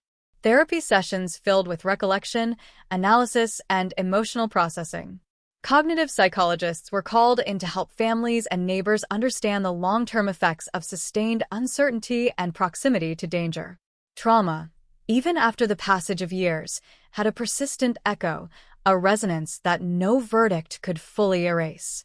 The family of Jessica Marlowe found themselves navigating a complex landscape of grief, relief, and residual anger. Each day brought new emotional challenges, revisiting the details of the crime, processing the suspect's confession, understanding the full extent of what had occurred. Objects from her life, photographs, clothing, personal mementos, became instruments of remembrance and reflection. The ordinary routines of memory, once simple and comforting, were now interwoven with the weight of lost years and the knowledge of what had been endured. Therapy and community support offered structure, but the emotional journey was deeply personal, a nuanced and evolving process of reconciliation with both grief and closure. In the community, the revelation of the perpetrator's identity and the methodical resolution of the cold case sparked a mixture of fear, relief, and reflection. Parents reevaluated how they monitored their children, neighbors reconsidered what behaviors might indicate hidden threats, and local schools implemented new safety protocols. Conversations that had long been dormant now surfaced. Do you remember that night? Did you notice anything unusual? The act of revisiting collective memory created both discomfort and understanding, reshaping social bonds and collective consciousness. The town, once complacent in assumed safety, now navigated a landscape of informed caution. The media continued to dissect the case with relentless intensity. National news outlets broadcasted segments analyzing the techniques, timelines, and forensic breakthroughs that had made resolution possible. Podcasts recounted minute details, interviewing experts in law enforcement, psychology, and forensic science. The case became a benchmark for cold case investigations, a symbol of the potential for delayed justice. Online forums discussed patterns of predation, behavioral analysis, and the importance of persistence, elevating the case from a local tragedy to a study in human observation, resilience, and the intersection of science and law enforcement. Investigators reflected on the lessons embedded within the case. The importance of meticulous record-keeping, the preservation of evidence, and the integration of evolving technology were highlighted as critical components in solving crimes long thought unsolvable. Rookie detectives were trained using the case as an example, analyzing the evolution of techniques from the late 1990s to modern methodologies. Each step, from initial reports to DNA breakthroughs, demonstrated the necessity of patience, attention to detail, and the unwavering belief that truth could emerge, even from decades of silence. Psychological profiles of the suspect were studied extensively. Criminologists analyzed patterns of concealment, manipulation, and integration into community life. They explored how an individual could maintain a facade of normalcy for decades, masking predatory behavior beneath ordinary interactions. The study of behavioral adaptation, social camouflage, and premeditation provided insight into both individual psychology and the broader implications for crime prevention. Understanding these dynamics offered valuable lessons for communities, law enforcement, and families alike, emphasizing the need for vigilance, observation, and the importance of reporting anomalies, however trivial they might appear. The perpetrator's incarceration brought practical consequences as well. The facility became a site of intense monitoring, not just for security but also for research into rehabilitation, behavioral observation, and the psychological effects of prolonged concealment and eventual capture. Legal scholars debated sentencing, rehabilitation, and ethical considerations, analyzing how justice could balance accountability, societal protection, and the moral imperative to confront evil. Discussions extended beyond the local sphere, influencing policy considerations, investigative strategies, and public awareness campaigns aimed at preventing similar tragedies. The lingering shadow of the crime affected community rituals and traditions. Annual events, once casual and carefree, now incorporated subtle security measures. Local schools held discussions about safety, awareness, and vigilance. Neighborhood watches strengthened, incorporating lessons learned from the decades-long investigation.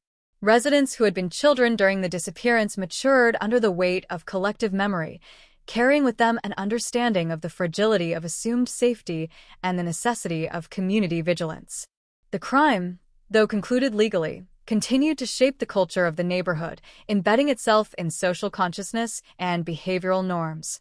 Meanwhile, the family and close friends of Jessica sought to transform tragedy into purpose.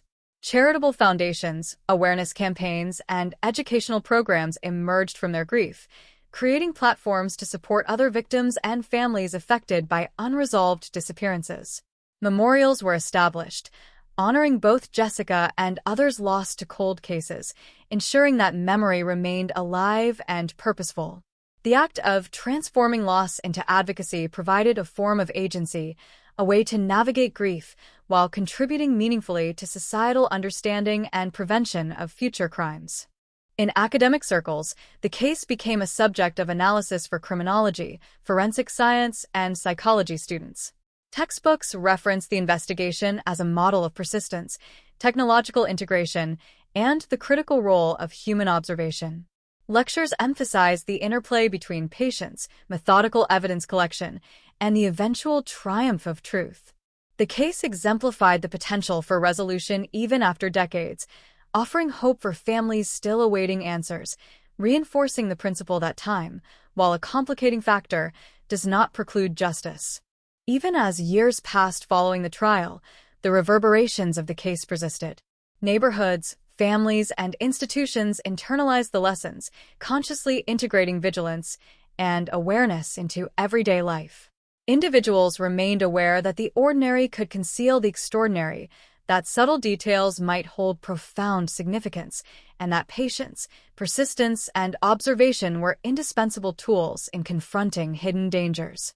The cold case, once a source of despair, had become a narrative of resilience, vigilance, and the enduring power of justice over concealment. Ultimately, the psychological and social legacy of the crime underscored the complexity of human experience. Memory, trauma, vigilance, and community interwove, creating a tapestry both somber and instructive. The resolution of the cold case did not erase grief but reframed it, transforming uncertainty into knowledge, fear into awareness, and tragedy into a call for sustained attentiveness. The echoes of 1998 persisted, a haunting yet instructive resonance, a reminder that the passage of time does not absolve the past, and that the pursuit of truth, even across decades, is a moral imperative that shapes lives, communities, and collective consciousness. The community, still recovering from the shockwaves of revelation, began to process the enormity of what had occurred. Conversations that had been whispered for years now emerged openly, blending shock with reflection. Residents recounted memories of Jessica's presence, recalling mundane interactions that, in hindsight, carried ominous undertones. The ordinary streets and familiar homes, once symbols of comfort, now served as reminders of how easily danger could masquerade as normalcy. Parents scrutinized every decision regarding the safety of their children, neighbors reevaluated casual encounters, and the town collectively acknowledged the fragility of trust. The emotional landscape was complex, charged with relief that justice had been served, tempered by lingering fear and uncertainty. Local leaders organized community forums, bringing families, educators, law enforcement, and mental health professionals together.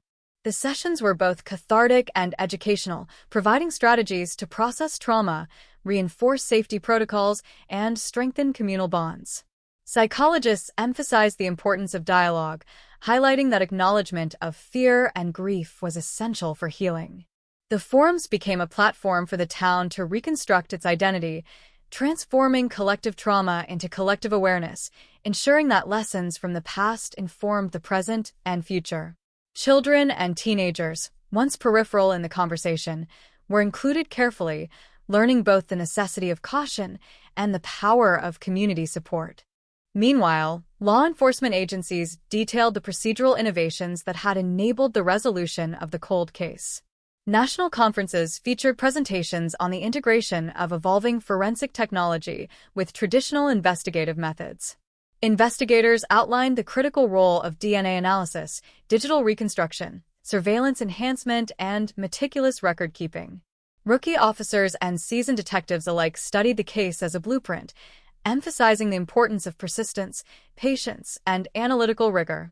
The story became a touchstone in the law enforcement community, illustrating that even the oldest, coldest cases could be resolved with dedication, collaboration, and the courage to revisit forgotten or overlooked evidence. Media coverage maintained intensity, amplifying the narrative across regional and national platforms. News reports dissected the timeline, the investigative breakthroughs, and the psychological profile of the perpetrator. Podcasts provided detailed explorations, interviews with experts, and personal accounts from the family and community. Social media fueled discussion, speculation, and reflection, connecting the local tragedy to a broader audience.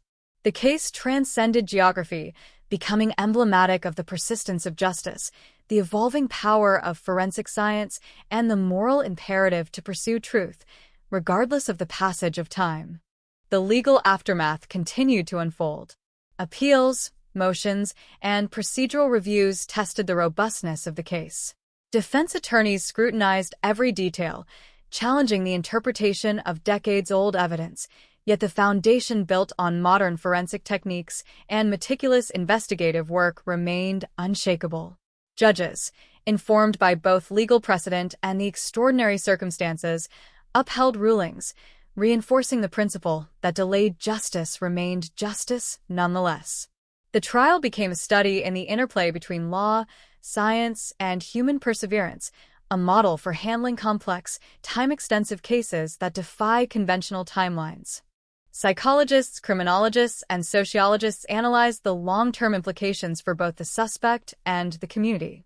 They highlighted the psychological resilience of families who had endured prolonged uncertainty, the coping mechanisms that allowed communities to navigate sustained anxiety, and the social dynamics that enabled predators to integrate seamlessly into ordinary environments. Academic papers and case studies emerged, using the California 1998 cold case as a lens to explore the intersections of trauma, vigilance, and investigative strategy. The case became a focal point for understanding not just the mechanics of crime, but the enduring human and social consequences of unresolved violence. Memorials for Jessica Marlowe were established, both tangible and symbolic. Parks, benches, and community spaces were dedicated in her memory, serving as sites for reflection, education, and awareness. Annual events honored her life and advocated for victims of unresolved disappearances, reinforcing a culture of vigilance, empathy, and proactive intervention. These memorials provided tangible spaces for the community to reconcile with the past, celebrate resilience, and instill hope that truth and justice, even when delayed, were attainable. The suspect's incarceration offered both closure and a continuing study of criminal behavior. Correctional psychologists monitored behavior patterns, compliance, and social interactions within the prison environment. Studies examined the long-term effects of concealment, exposure, and eventual capture, contributing to a broader understanding of criminal psychology. Legal scholars debated ethical considerations of delayed justice, the balance between punishment and rehabilitation, and the societal imperative to document and learn from extraordinary cases. The individual became both a cautionary figure and a subject for study, representing the convergence of human pathology, social oversight, and legal accountability. In schools and educational institutions, curricula were adapted to include lessons on vigilance, community responsibility, and the importance of reporting anomalies. Educators discussed how ordinary environments could conceal extraordinary threats and how knowledge, observation, and proactive engagement could prevent harm. Students learned that awareness and community participation were forms of protection, not paranoia, embedding the lessons of the cold case into the social consciousness of a new generation. The story, while tragic, became instructive, transforming fear into informed action. Community rituals evolved in response to the case. Neighborhood watches increased engagement, integrating technological monitoring, communication networks, and rapid response strategies. Local organizations offered workshops on safety, reporting procedures, and behavioral observation. Parents shared experiences and guidance, creating a culture of vigilance that was both supportive and practical. These adaptations reflected the profound influence of the cold case on the collective behavior of the community, illustrating how trauma could catalyze positive structural change. As years passed, the legacy of the case endured. Families who had once struggled in isolation found solidarity through networks established in response to the tragedy. Advocacy groups, inspired by the resolution of the cold case, expanded outreach, education, and support for victims of unsolved crimes. National awareness campaigns highlighted the importance of preserving evidence, documenting anomalies, and ensuring that no case was forgotten, no matter how much time had passed. The California 1998 cold case became emblematic not just of the resolution of a single crime, but of the broader societal commitment to justice, memory, and vigilance. Even as the community adjusted to a new normal, subtle reminders persisted. Streets once familiar carried shadows of the past. Casual greetings and interactions were tinged with awareness, a quiet acknowledgement that the ordinary could conceal danger. Parents continued to teach children about observation, caution, and reporting. Neighbors maintained routines that were subtly more attentive, ensuring that vigilance became a part of daily life. The psychological imprint of the case persisted, shaping behavior, social interaction, and collective consciousness in ways that were both subtle and profound. The interplay of trauma, closure, and societal learning created a complex narrative that extended beyond the individual crime. Memory, observation, and justice intertwined, creating a layered understanding of human behavior and societal responsibility. The case became both a historical record and a living lesson, demonstrating how patience, technology, and moral persistence could ultimately reveal truth. The shadow of the past, though heavy, was now illuminated by the clarity of investigation and the permanence of accountability. In the broader societal context, the case influenced policy, law enforcement protocols, and public awareness initiatives.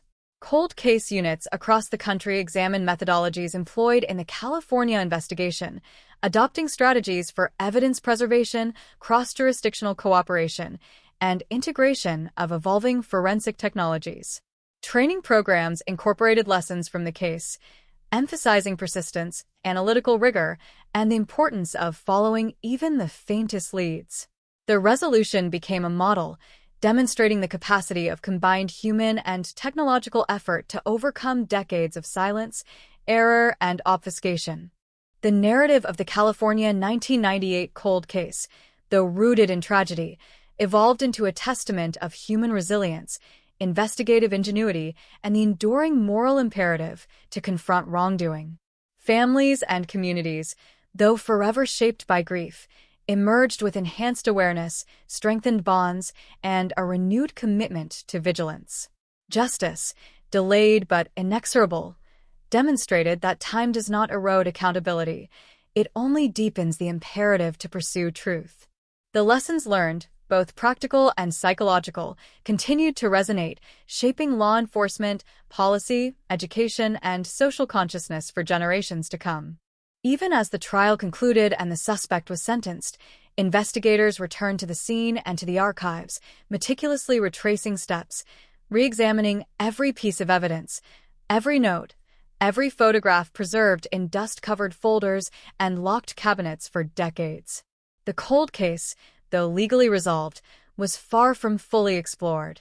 Forensic analysts, armed with the latest technology, began to uncover details that had eluded even the most thorough initial investigations.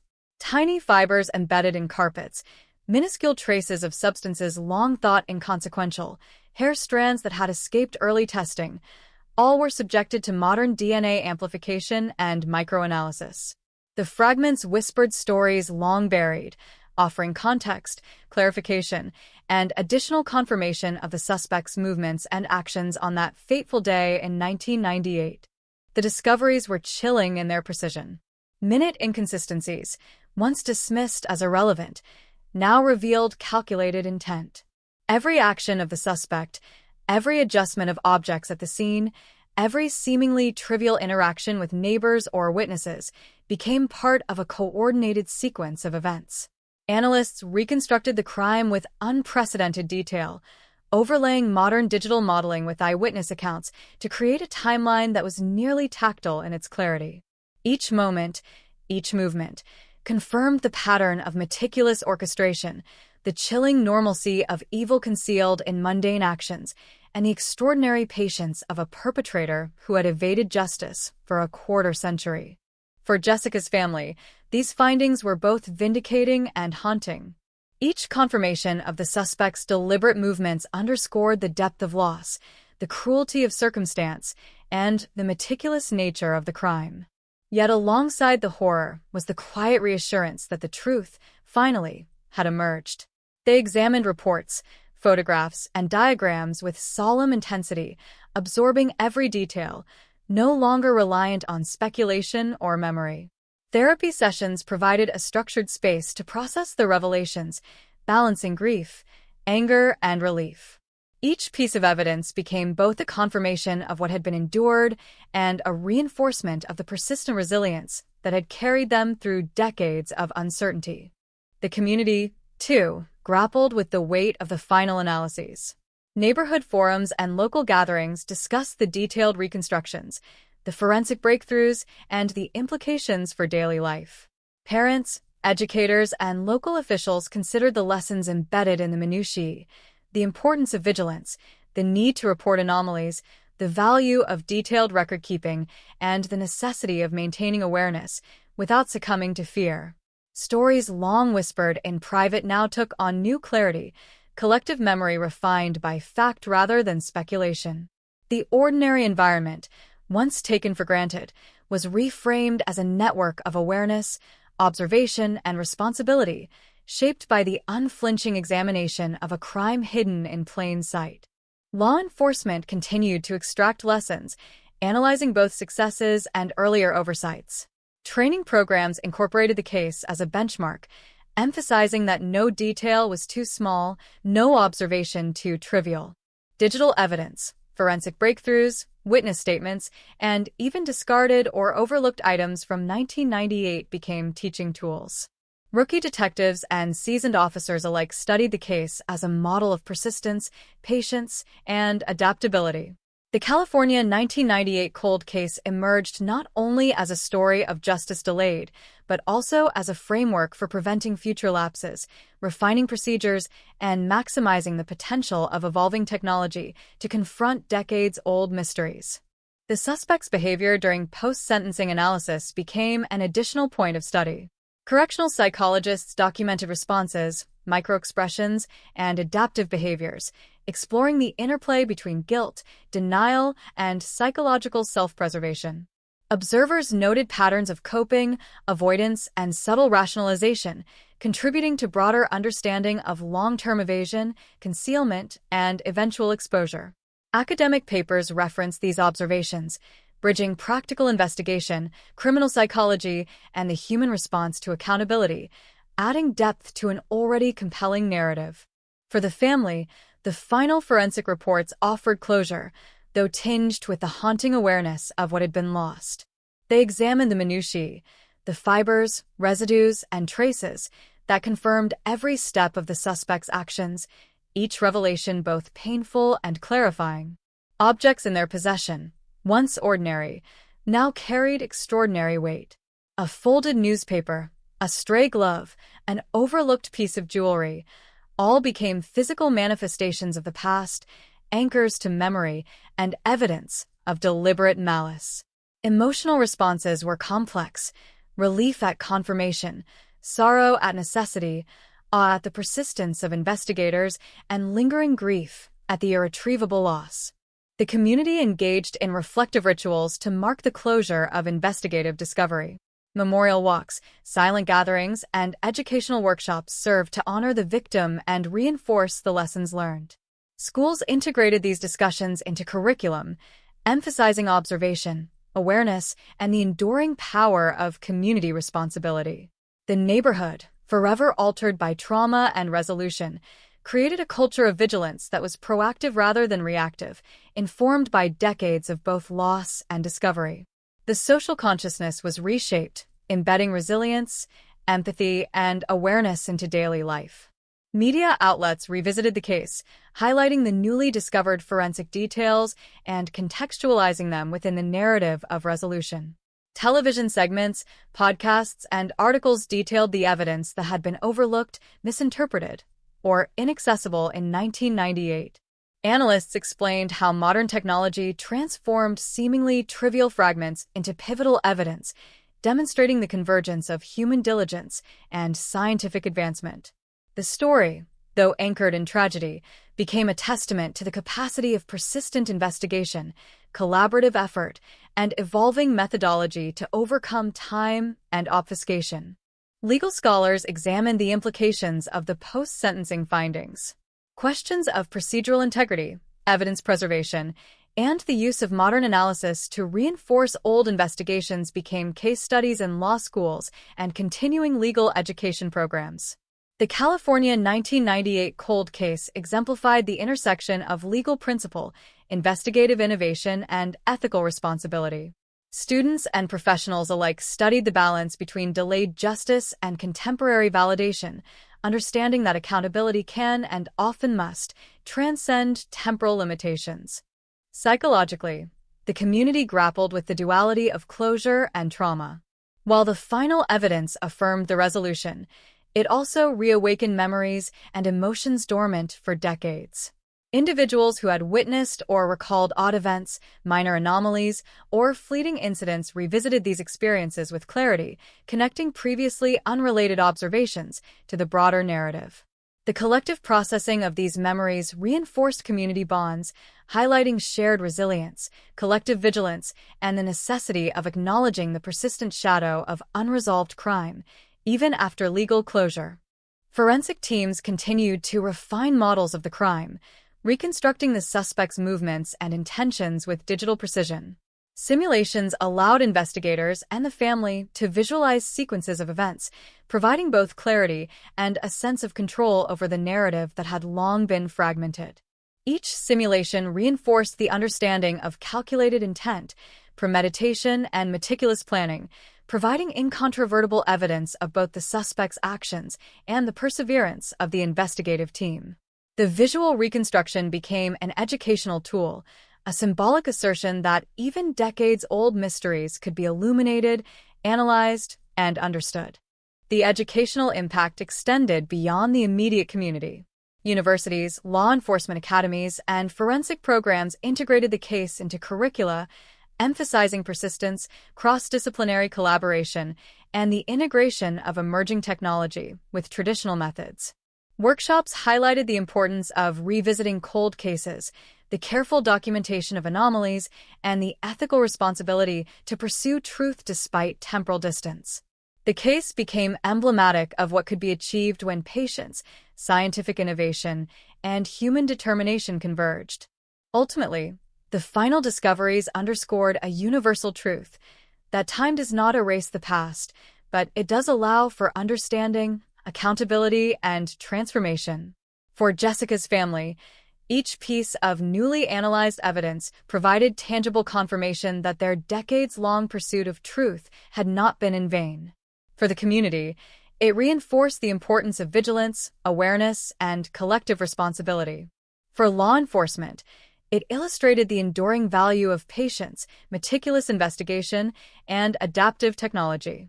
The California 1998 cold case, once a haunting void of uncertainty, had become a narrative of closure, education, and enduring vigilance, a testament to the relentless pursuit of truth, the resilience of human memory, and the moral imperative to confront darkness wherever it hides. Time did not close the wound.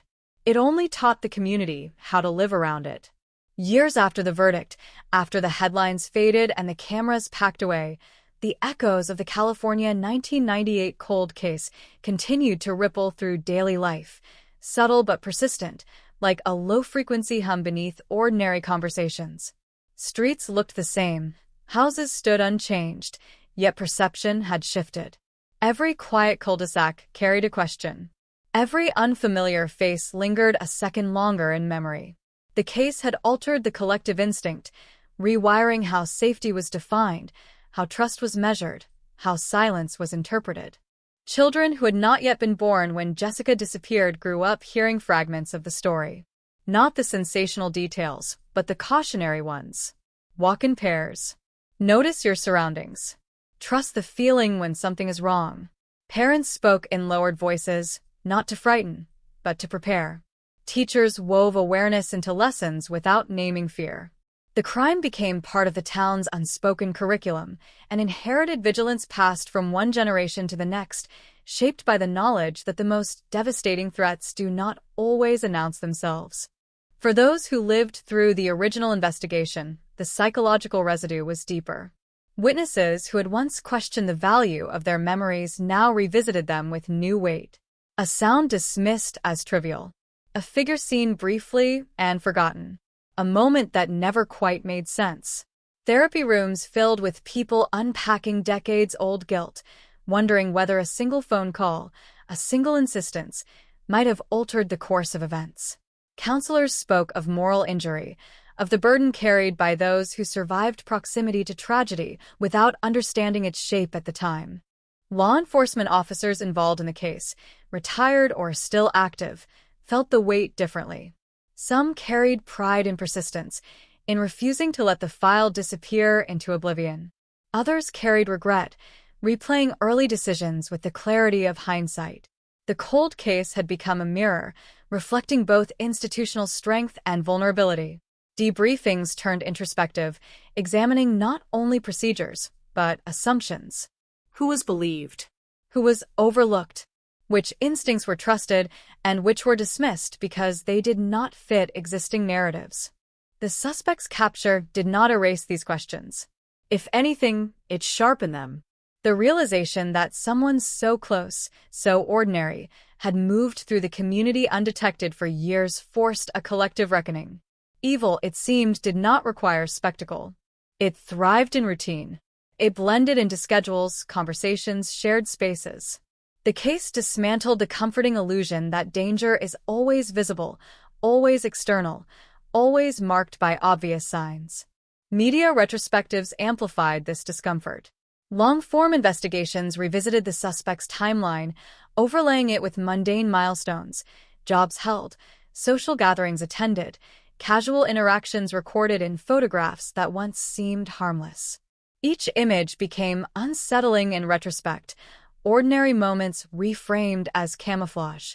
Viewers confronted the disquieting truth that the passage of time does not necessarily reveal character, and that patience can serve both justice and deception. In academic circles, the case evolved into a reference point for studying delayed accountability. Criminologists analyzed the suspect's long-term behavioral patterns, noting how the absence of immediate consequence allowed a constructed normalcy to solidify.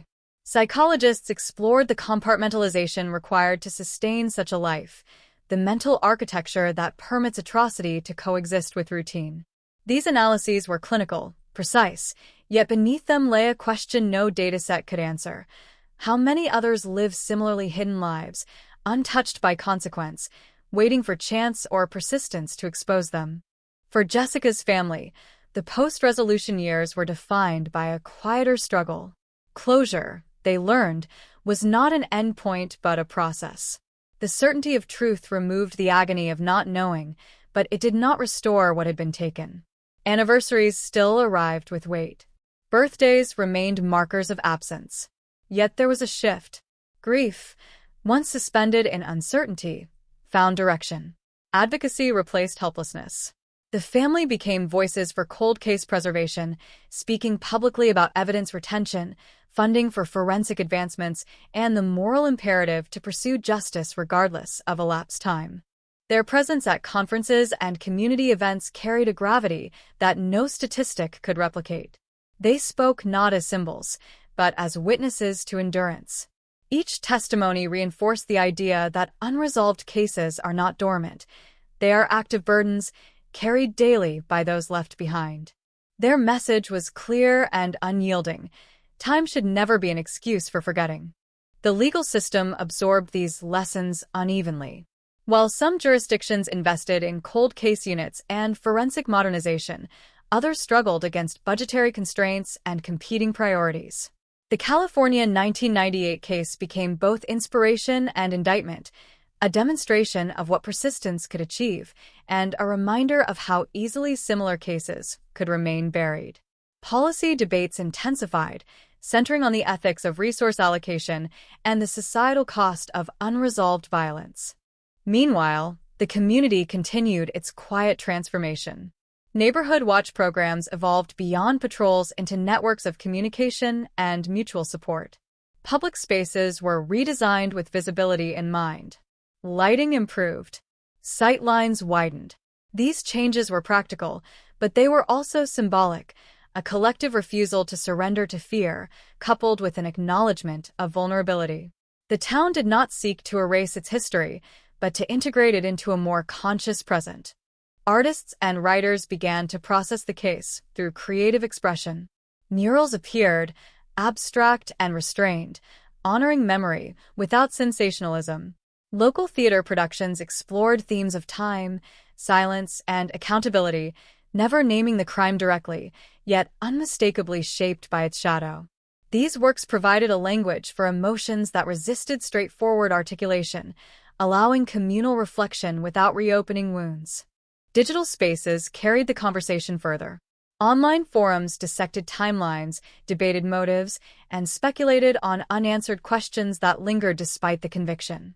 Moderators struggled to balance curiosity with respect, fact with conjecture. The internet, with its boundless memory, ensured that the case would never fully recede.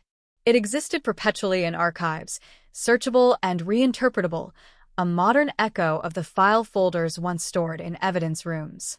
As years passed, the case's role shifted again. It became less about the crime itself and more about what followed: the endurance of memory, the ethics of attention, the responsibility of institutions and individuals alike. The phrase "cold case" took on layered meaning. It no longer implied inactivity or neglect, but patience, waiting, the long arc of accountability bending slowly, but deliberately toward exposure. Yet beneath all analysis and adaptation remained an unresolved emotional core. No reconstruction, no conviction, no lesson could fully reconcile the loss. The absence at the center of the story resisted closure. It lingered in empty chairs, in names spoken with care, in the understanding that some questions, why this person, this moment, this cruelty, remain unanswered by design or by human limitation. And so the California 1998 cold case continued to live on, not as a headline but as a presence. It existed in heightened awareness, in institutional reform, in personal resolve. It reminded the community that justice is not a single event, but a sustained effort, vulnerable to delay yet resilient against erasure.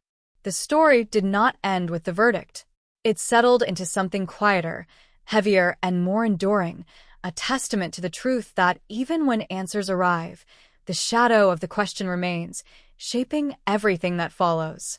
As the years continued to move forward, something subtle yet irreversible took hold of the California town shaped by the 1998 cold case. It was not fear, not grief alone, but a heightened awareness that never fully dimmed. Life resumed its ordinary rhythms, school mornings, grocery runs, weekend gatherings. But beneath the surface, the memory of the crime acted like a pressure point, constantly reminding everyone how fragile normalcy could be. The case had ended in court, yet it remained unfinished in the collective mind, suspended between resolution and residue. People spoke less about the details and more about the feeling, that lingering sense that something had once slipped through unnoticed. Conversations no longer fixated on what happened, but on how it had been possible, how the routines of daily life had continued uninterrupted while a secret moved silently within them. This realization altered the emotional architecture of the community. Trust became conditional. Familiarity no longer guaranteed safety. The town had learned, slowly and painfully, that proximity was not protection. Former detectives revisiting the case described an unexpected aftereffect. Solving the crime had not brought the clean relief they imagined. Instead, it exposed the weight of every unsolved case still sitting on shelves elsewhere. The California 1998 cold case became a constant comparison, a reminder that justice delayed could still arrive, but only through relentless effort and an unwillingness to let silence win. Some investigators returned to work with renewed urgency. Others retired, carrying the quiet knowledge that persistence mattered, even when results were invisible for years. Inside evidence rooms, the case changed how objects were treated. Every scrap, every fragment, every mislabeled envelope now carried symbolic gravity. Technicians spoke of evidence as memory made physical, a fragile bridge between past and future accountability. The idea that truth could survive decades inside a sealed box reshaped protocol and mindset. Nothing was disposable anymore. Nothing was insignificant. The crime had taught the system to respect time as both an enemy and an ally. For the family, the passage of time brought a different kind of reckoning. With the legal process complete, public attention gradually receded, leaving behind a quieter landscape of remembrance. They learned that closure did not silence the questions, it simply removed their sharpest edges. The pain became more familiar, less explosive, but no less present. They spoke of grief as something that evolved rather than faded, changing shape as life continued around it. In private moments, they revisited memories not as evidence, but as fragments of love. Laughter preserved in photographs. Handwritten notes kept in drawers. Ordinary objects transformed into relics. These moments stood in stark contrast to the clinical language of investigations and trials. They reminded everyone involved that the case was never just a file, never just a precedent. It was a life interrupted, a future erased, a presence that could not be restored by any verdict. The broader public absorbed the story differently as time passed. What once shocked now instructed. The phrase cold case no longer implied inevitability or failure. It came to represent endurance, a promise that time alone could not protect wrongdoing. Documentaries and long-form reporting shifted tone, focusing less on suspense and more on accountability. The narrative matured, trading sensationalism for reflection, urgency for depth. Still, unanswered questions lingered at the edges. Not about guilt, but about motive. Why this moment? Why this path? Analysts offered theories, psychological frameworks, behavioral models, yet none fully satisfied. The absence of a definitive why became part of the case's enduring power. It resisted simplification. It refused to be neatly resolved. This ambiguity unsettled audiences more than any graphic detail ever could. In the community, silence returned to the places once filled with speculation. The streets where investigators had once stood were now unremarkable again. Yet memory had altered perception. Certain corners felt heavier. Certain dates carried invisible weight. People who had lived there long enough could sense it without explanation. Trauma had etched itself into geography, subtle but indelible. The case also reshaped how people understood time itself. The idea that a crime could wait 25 years for resolution challenged assumptions about justice and consequence. It reframed patience as both dangerous and necessary. Dangerous because it allowed harm to remain unanswered. Necessary because it preserved the possibility of truth. This tension became central to how the story was remembered. Law schools and criminology programs continued to analyze the case, but students often fixated on one unsettling detail: how easily the suspect had passed as ordinary. The lesson was not about monsters, but about masks. About how systems built on assumptions could be exploited by those willing to blend in. The case dismantled the myth of obvious evil, replacing it with a more disturbing reality. Harm could be quiet, polite, unremarkable. As technology advanced further, discussions emerged about future breakthroughs. What other dormant cases might awaken under new methods? What truths remained locked away, waiting for the right convergence of science and persistence? The California 1998 cold case became a symbol of that potential, a reminder that the past was not static. It could still speak, if someone was willing to listen long enough. Yet for all its influence, the case never fully escaped its origin. At its center remained a moment of irreversible violence. No amount of analysis, reform, or education could undo that. This acknowledgement grounded the narrative, preventing it from becoming inspirational at the expense of honesty. Progress, the community learned, often grows out of tragedy, but never replaces it. In the final years of reflection, something quieter emerged. Acceptance, not of what happened, but of what could never be changed. The community stopped waiting for the case to stop haunting them and instead learned to carry it. It became part of their identity, not as a wound constantly reopened, but as a scar, visible, instructive, and permanent. The California 1998 cold case no longer demanded attention through headlines. It persisted through memory, through altered behavior, through systems shaped by its lessons. It reminded everyone involved that justice is not loud by default. Sometimes it arrives slowly, almost invisibly, shaped by those who refuse to forget. And as the story moved toward its final echoes, one truth remained unshaken. The end of an investigation does not end its impact. It simply changes the way it lives on. In policies, in instincts, in the quiet decisions people make every day without realizing why. The case had become more than a solved crime. It was a warning, a lesson, and a shadow that would never fully lift, only soften with time, never disappear. In the end, the silence returned, not as absence, but as weight. The California town learned that when a story finally stops being told out loud, it does not disappear. It settles. It embeds itself into routine, into instinct, into the way people pause before answering a knock at the door, or glance twice at a shadow crossing a sidewalk at dusk. The case was solved, yes, but the solving did not erase what had been lived through. It merely clarified the shape of the loss. Years passed without ceremony. No more press conferences. No more urgent phone calls from reporters. The case slipped out of public conversation, replaced by newer headlines, fresher tragedies. Yet for those who knew, for those who remembered, the story continued to unfold quietly in the background of ordinary days. Justice had arrived, but it had arrived late, and lateness leaves its own mark. The evidence rooms eventually moved on. Boxes were relabeled, shelves reorganized, new cases filed where old ones once stood. But some items were never just evidence. They were reminders. A photograph, a sealed envelope, a line of handwriting preserved in ink that had outlasted memory. Technicians handled them with care, understanding that these objects carried more than forensic value. They carried time. For investigators, the case became a reference point that never fully faded. In moments of doubt, when progress stalled on other files, they remembered the California 1998 cold case. They remembered how patience had mattered, how persistence had been invisible for years, then suddenly decisive. It reinforced a belief that truth could be delayed, buried, ignored, but not erased.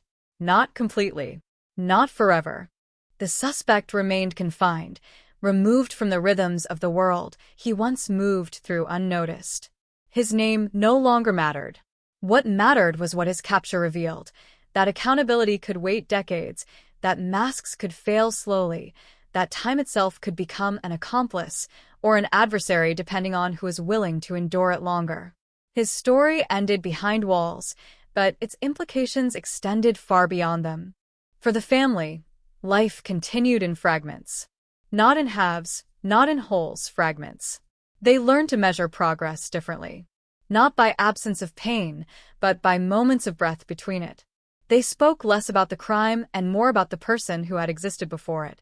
They reclaimed memories from the shadow of evidence, allowing laughter and warmth to exist without apology. This, they realized, was another form of justice. Not legal. Human. They stopped waiting for the story to feel finished. It never would. Instead, they allowed it to coexist with the present. Holidays arrived and passed. New faces entered their lives. Old traditions adapted. The loss did not shrink, but it became integrated, woven into who they were rather than who they had been. The unanswered questions softened, not because they were answered, but because they no longer demanded resolution to allow living to continue. The community carried its own version of this acceptance. The case had reshaped it permanently. Safety was no longer assumed. Awareness became instinctive. Neighbors spoke more. Listened more. The town learned that resilience did not mean forgetting, and healing did not mean erasing. It meant remembering without being consumed. At night, the streets looked peaceful again. Lamps glowed. Windows lit up one by one. From the outside, nothing suggested the history embedded beneath the pavement. Yet those who knew could feel it, a subtle awareness, a shared understanding that something irreversible had once occurred here. Geography had memory. Time had not erased it. The phrase cold case took on its final meaning here. Not cold because it lacked emotion, but cold because it endured. Because it waited. Because it survived neglect, doubt, and distance. The case had been patient in a way humans rarely are. It had waited for the right convergence of science, persistence, and refusal to let go. And when that convergence finally came, it spoke. But even then, it did not explain everything. It never could. There were still gaps, moments lost to time, thoughts never spoken, decisions never fully understood. The story resisted complete comprehension, reminding everyone that truth does not always arrive whole. Sometimes it arrives in pieces, enough to hold accountable, but never enough to fully satisfy the human need for meaning. As the years stretched further from 1998, the case transformed into something quieter and heavier. A cautionary echo, a reminder that the past is not passive, that unresolved harm waits patiently, shaping futures invisibly until confronted. And even when confronted, it leaves traces that no verdict can remove. The final legacy of the California 1998 cold case was not the arrest, not the sentence, not the headlines that once screamed shock and closure. It was the understanding it left behind. That justice is fragile. That time is unreliable. That silence can be dangerous. And that remembering, painful, deliberate remembering, is sometimes the only way forward. In the end, there was no clean conclusion. No moment where everything felt settled. Only a gradual quiet, heavy with awareness. The case did not end. It receded.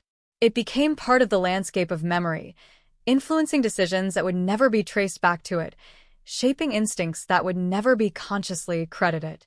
And somewhere between the past and the present, between what was known and what would never be fully understood, the story remained. Not demanding attention, not seeking resolution, simply existing. A solved cold case that never truly stopped being cold. A reminder that even when answers arrive, the shadow of the question remains, long, silent, and impossible to fully escape. Long after the files were archived and the courtroom emptied, the case continued to surface in unexpected ways. Not as news, not as memory recalled on command, but as intrusion. A name overheard in a conversation that suddenly tightened the chest. A familiar street glimpsed in passing that slowed the breath. The mind, it seemed, refused to release what it had once learned to fear. The California 1998 cold case had embedded itself too deeply to be dismissed by chronology. In quiet moments, people still ask themselves the same question, though they rarely spoke it aloud. How close had it been? Not just physically, but temporally. How many times had ordinary life brushed past the truth without recognizing it? The unsettling realization was not that evil had existed, but that it had existed comfortably unnoticed, coexisting with routine.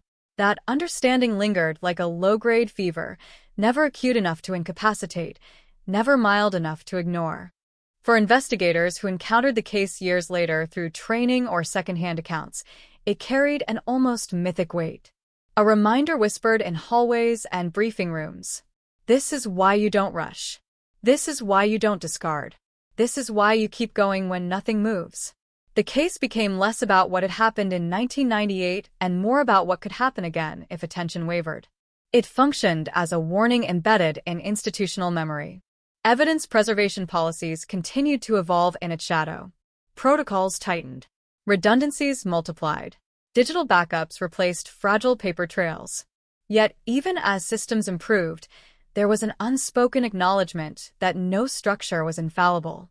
That human judgment, its biases, its fatigue, its assumptions, would always be the weakest link. The case did not inspire confidence so much as humility. The family's advocacy slowed with time, not from exhaustion, but from completion. They had said what needed to be said, pushed where pushing mattered. What remained was private. A life lived alongside an absence that no longer demanded explanation. They learned that remembrance did not require repetition, that honoring did not require constant retelling. Some truths could be carried silently. On certain anniversaries, they visited places no one else marked. Not memorials, not public spaces, just locations that held meaning only to them. Corners of time, coordinates of memory. These moments were not dramatic. They were quiet, deliberate, and deeply human. Proof that while the case belonged to the public, the loss never did. The broader culture continued to consume cold cases, turning unresolved violence into entertainment, analysis, speculation. But the California 1998 case resisted this flattening. Those who studied it closely sensed something different. It was not a puzzle waiting to be solved anymore. It was a study in endurance, in the cost of waiting, in what happens after the answers arrive and life still has to be lived. Some nights, former residents of the town dreamed about it without intending to. Not the crime itself, but the atmosphere, the waiting, the uncertainty.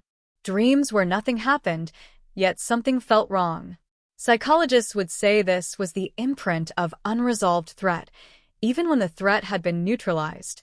The body, unlike the law, does not always recognize closure. The suspect faded from relevance almost entirely. His image no longer circulated. His motivations no longer debated. He became an endpoint rather than a subject. This, perhaps, was the most profound shift of all. The story no longer revolved around the one who caused harm, but around those who endured it. Attention migrated from the act to its consequences, from spectacle to aftermath. As technology continued to advance, new cases emerged, each promising faster answers, sharper clarity. But the California 1998 cold case remained an outlier, a reminder that not all truths arrive quickly and not all justice feels immediate. It cautioned against the belief that progress alone could prevent loss.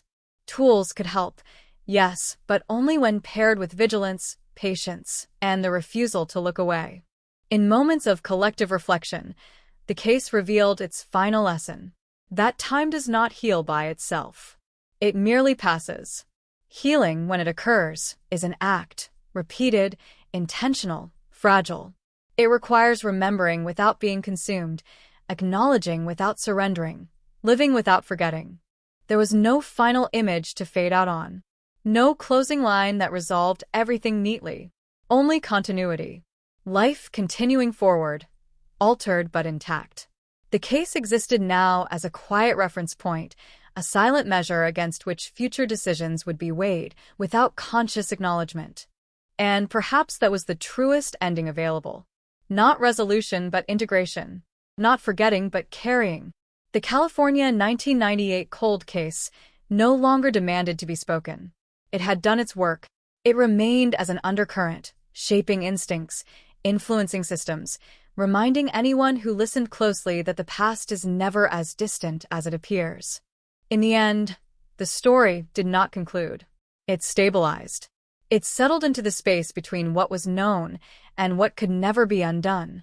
A solved cold case that continued to breathe quietly beneath the surface of memory, waiting, not to be reopened, but to be remembered accurately, responsibly, and without illusion.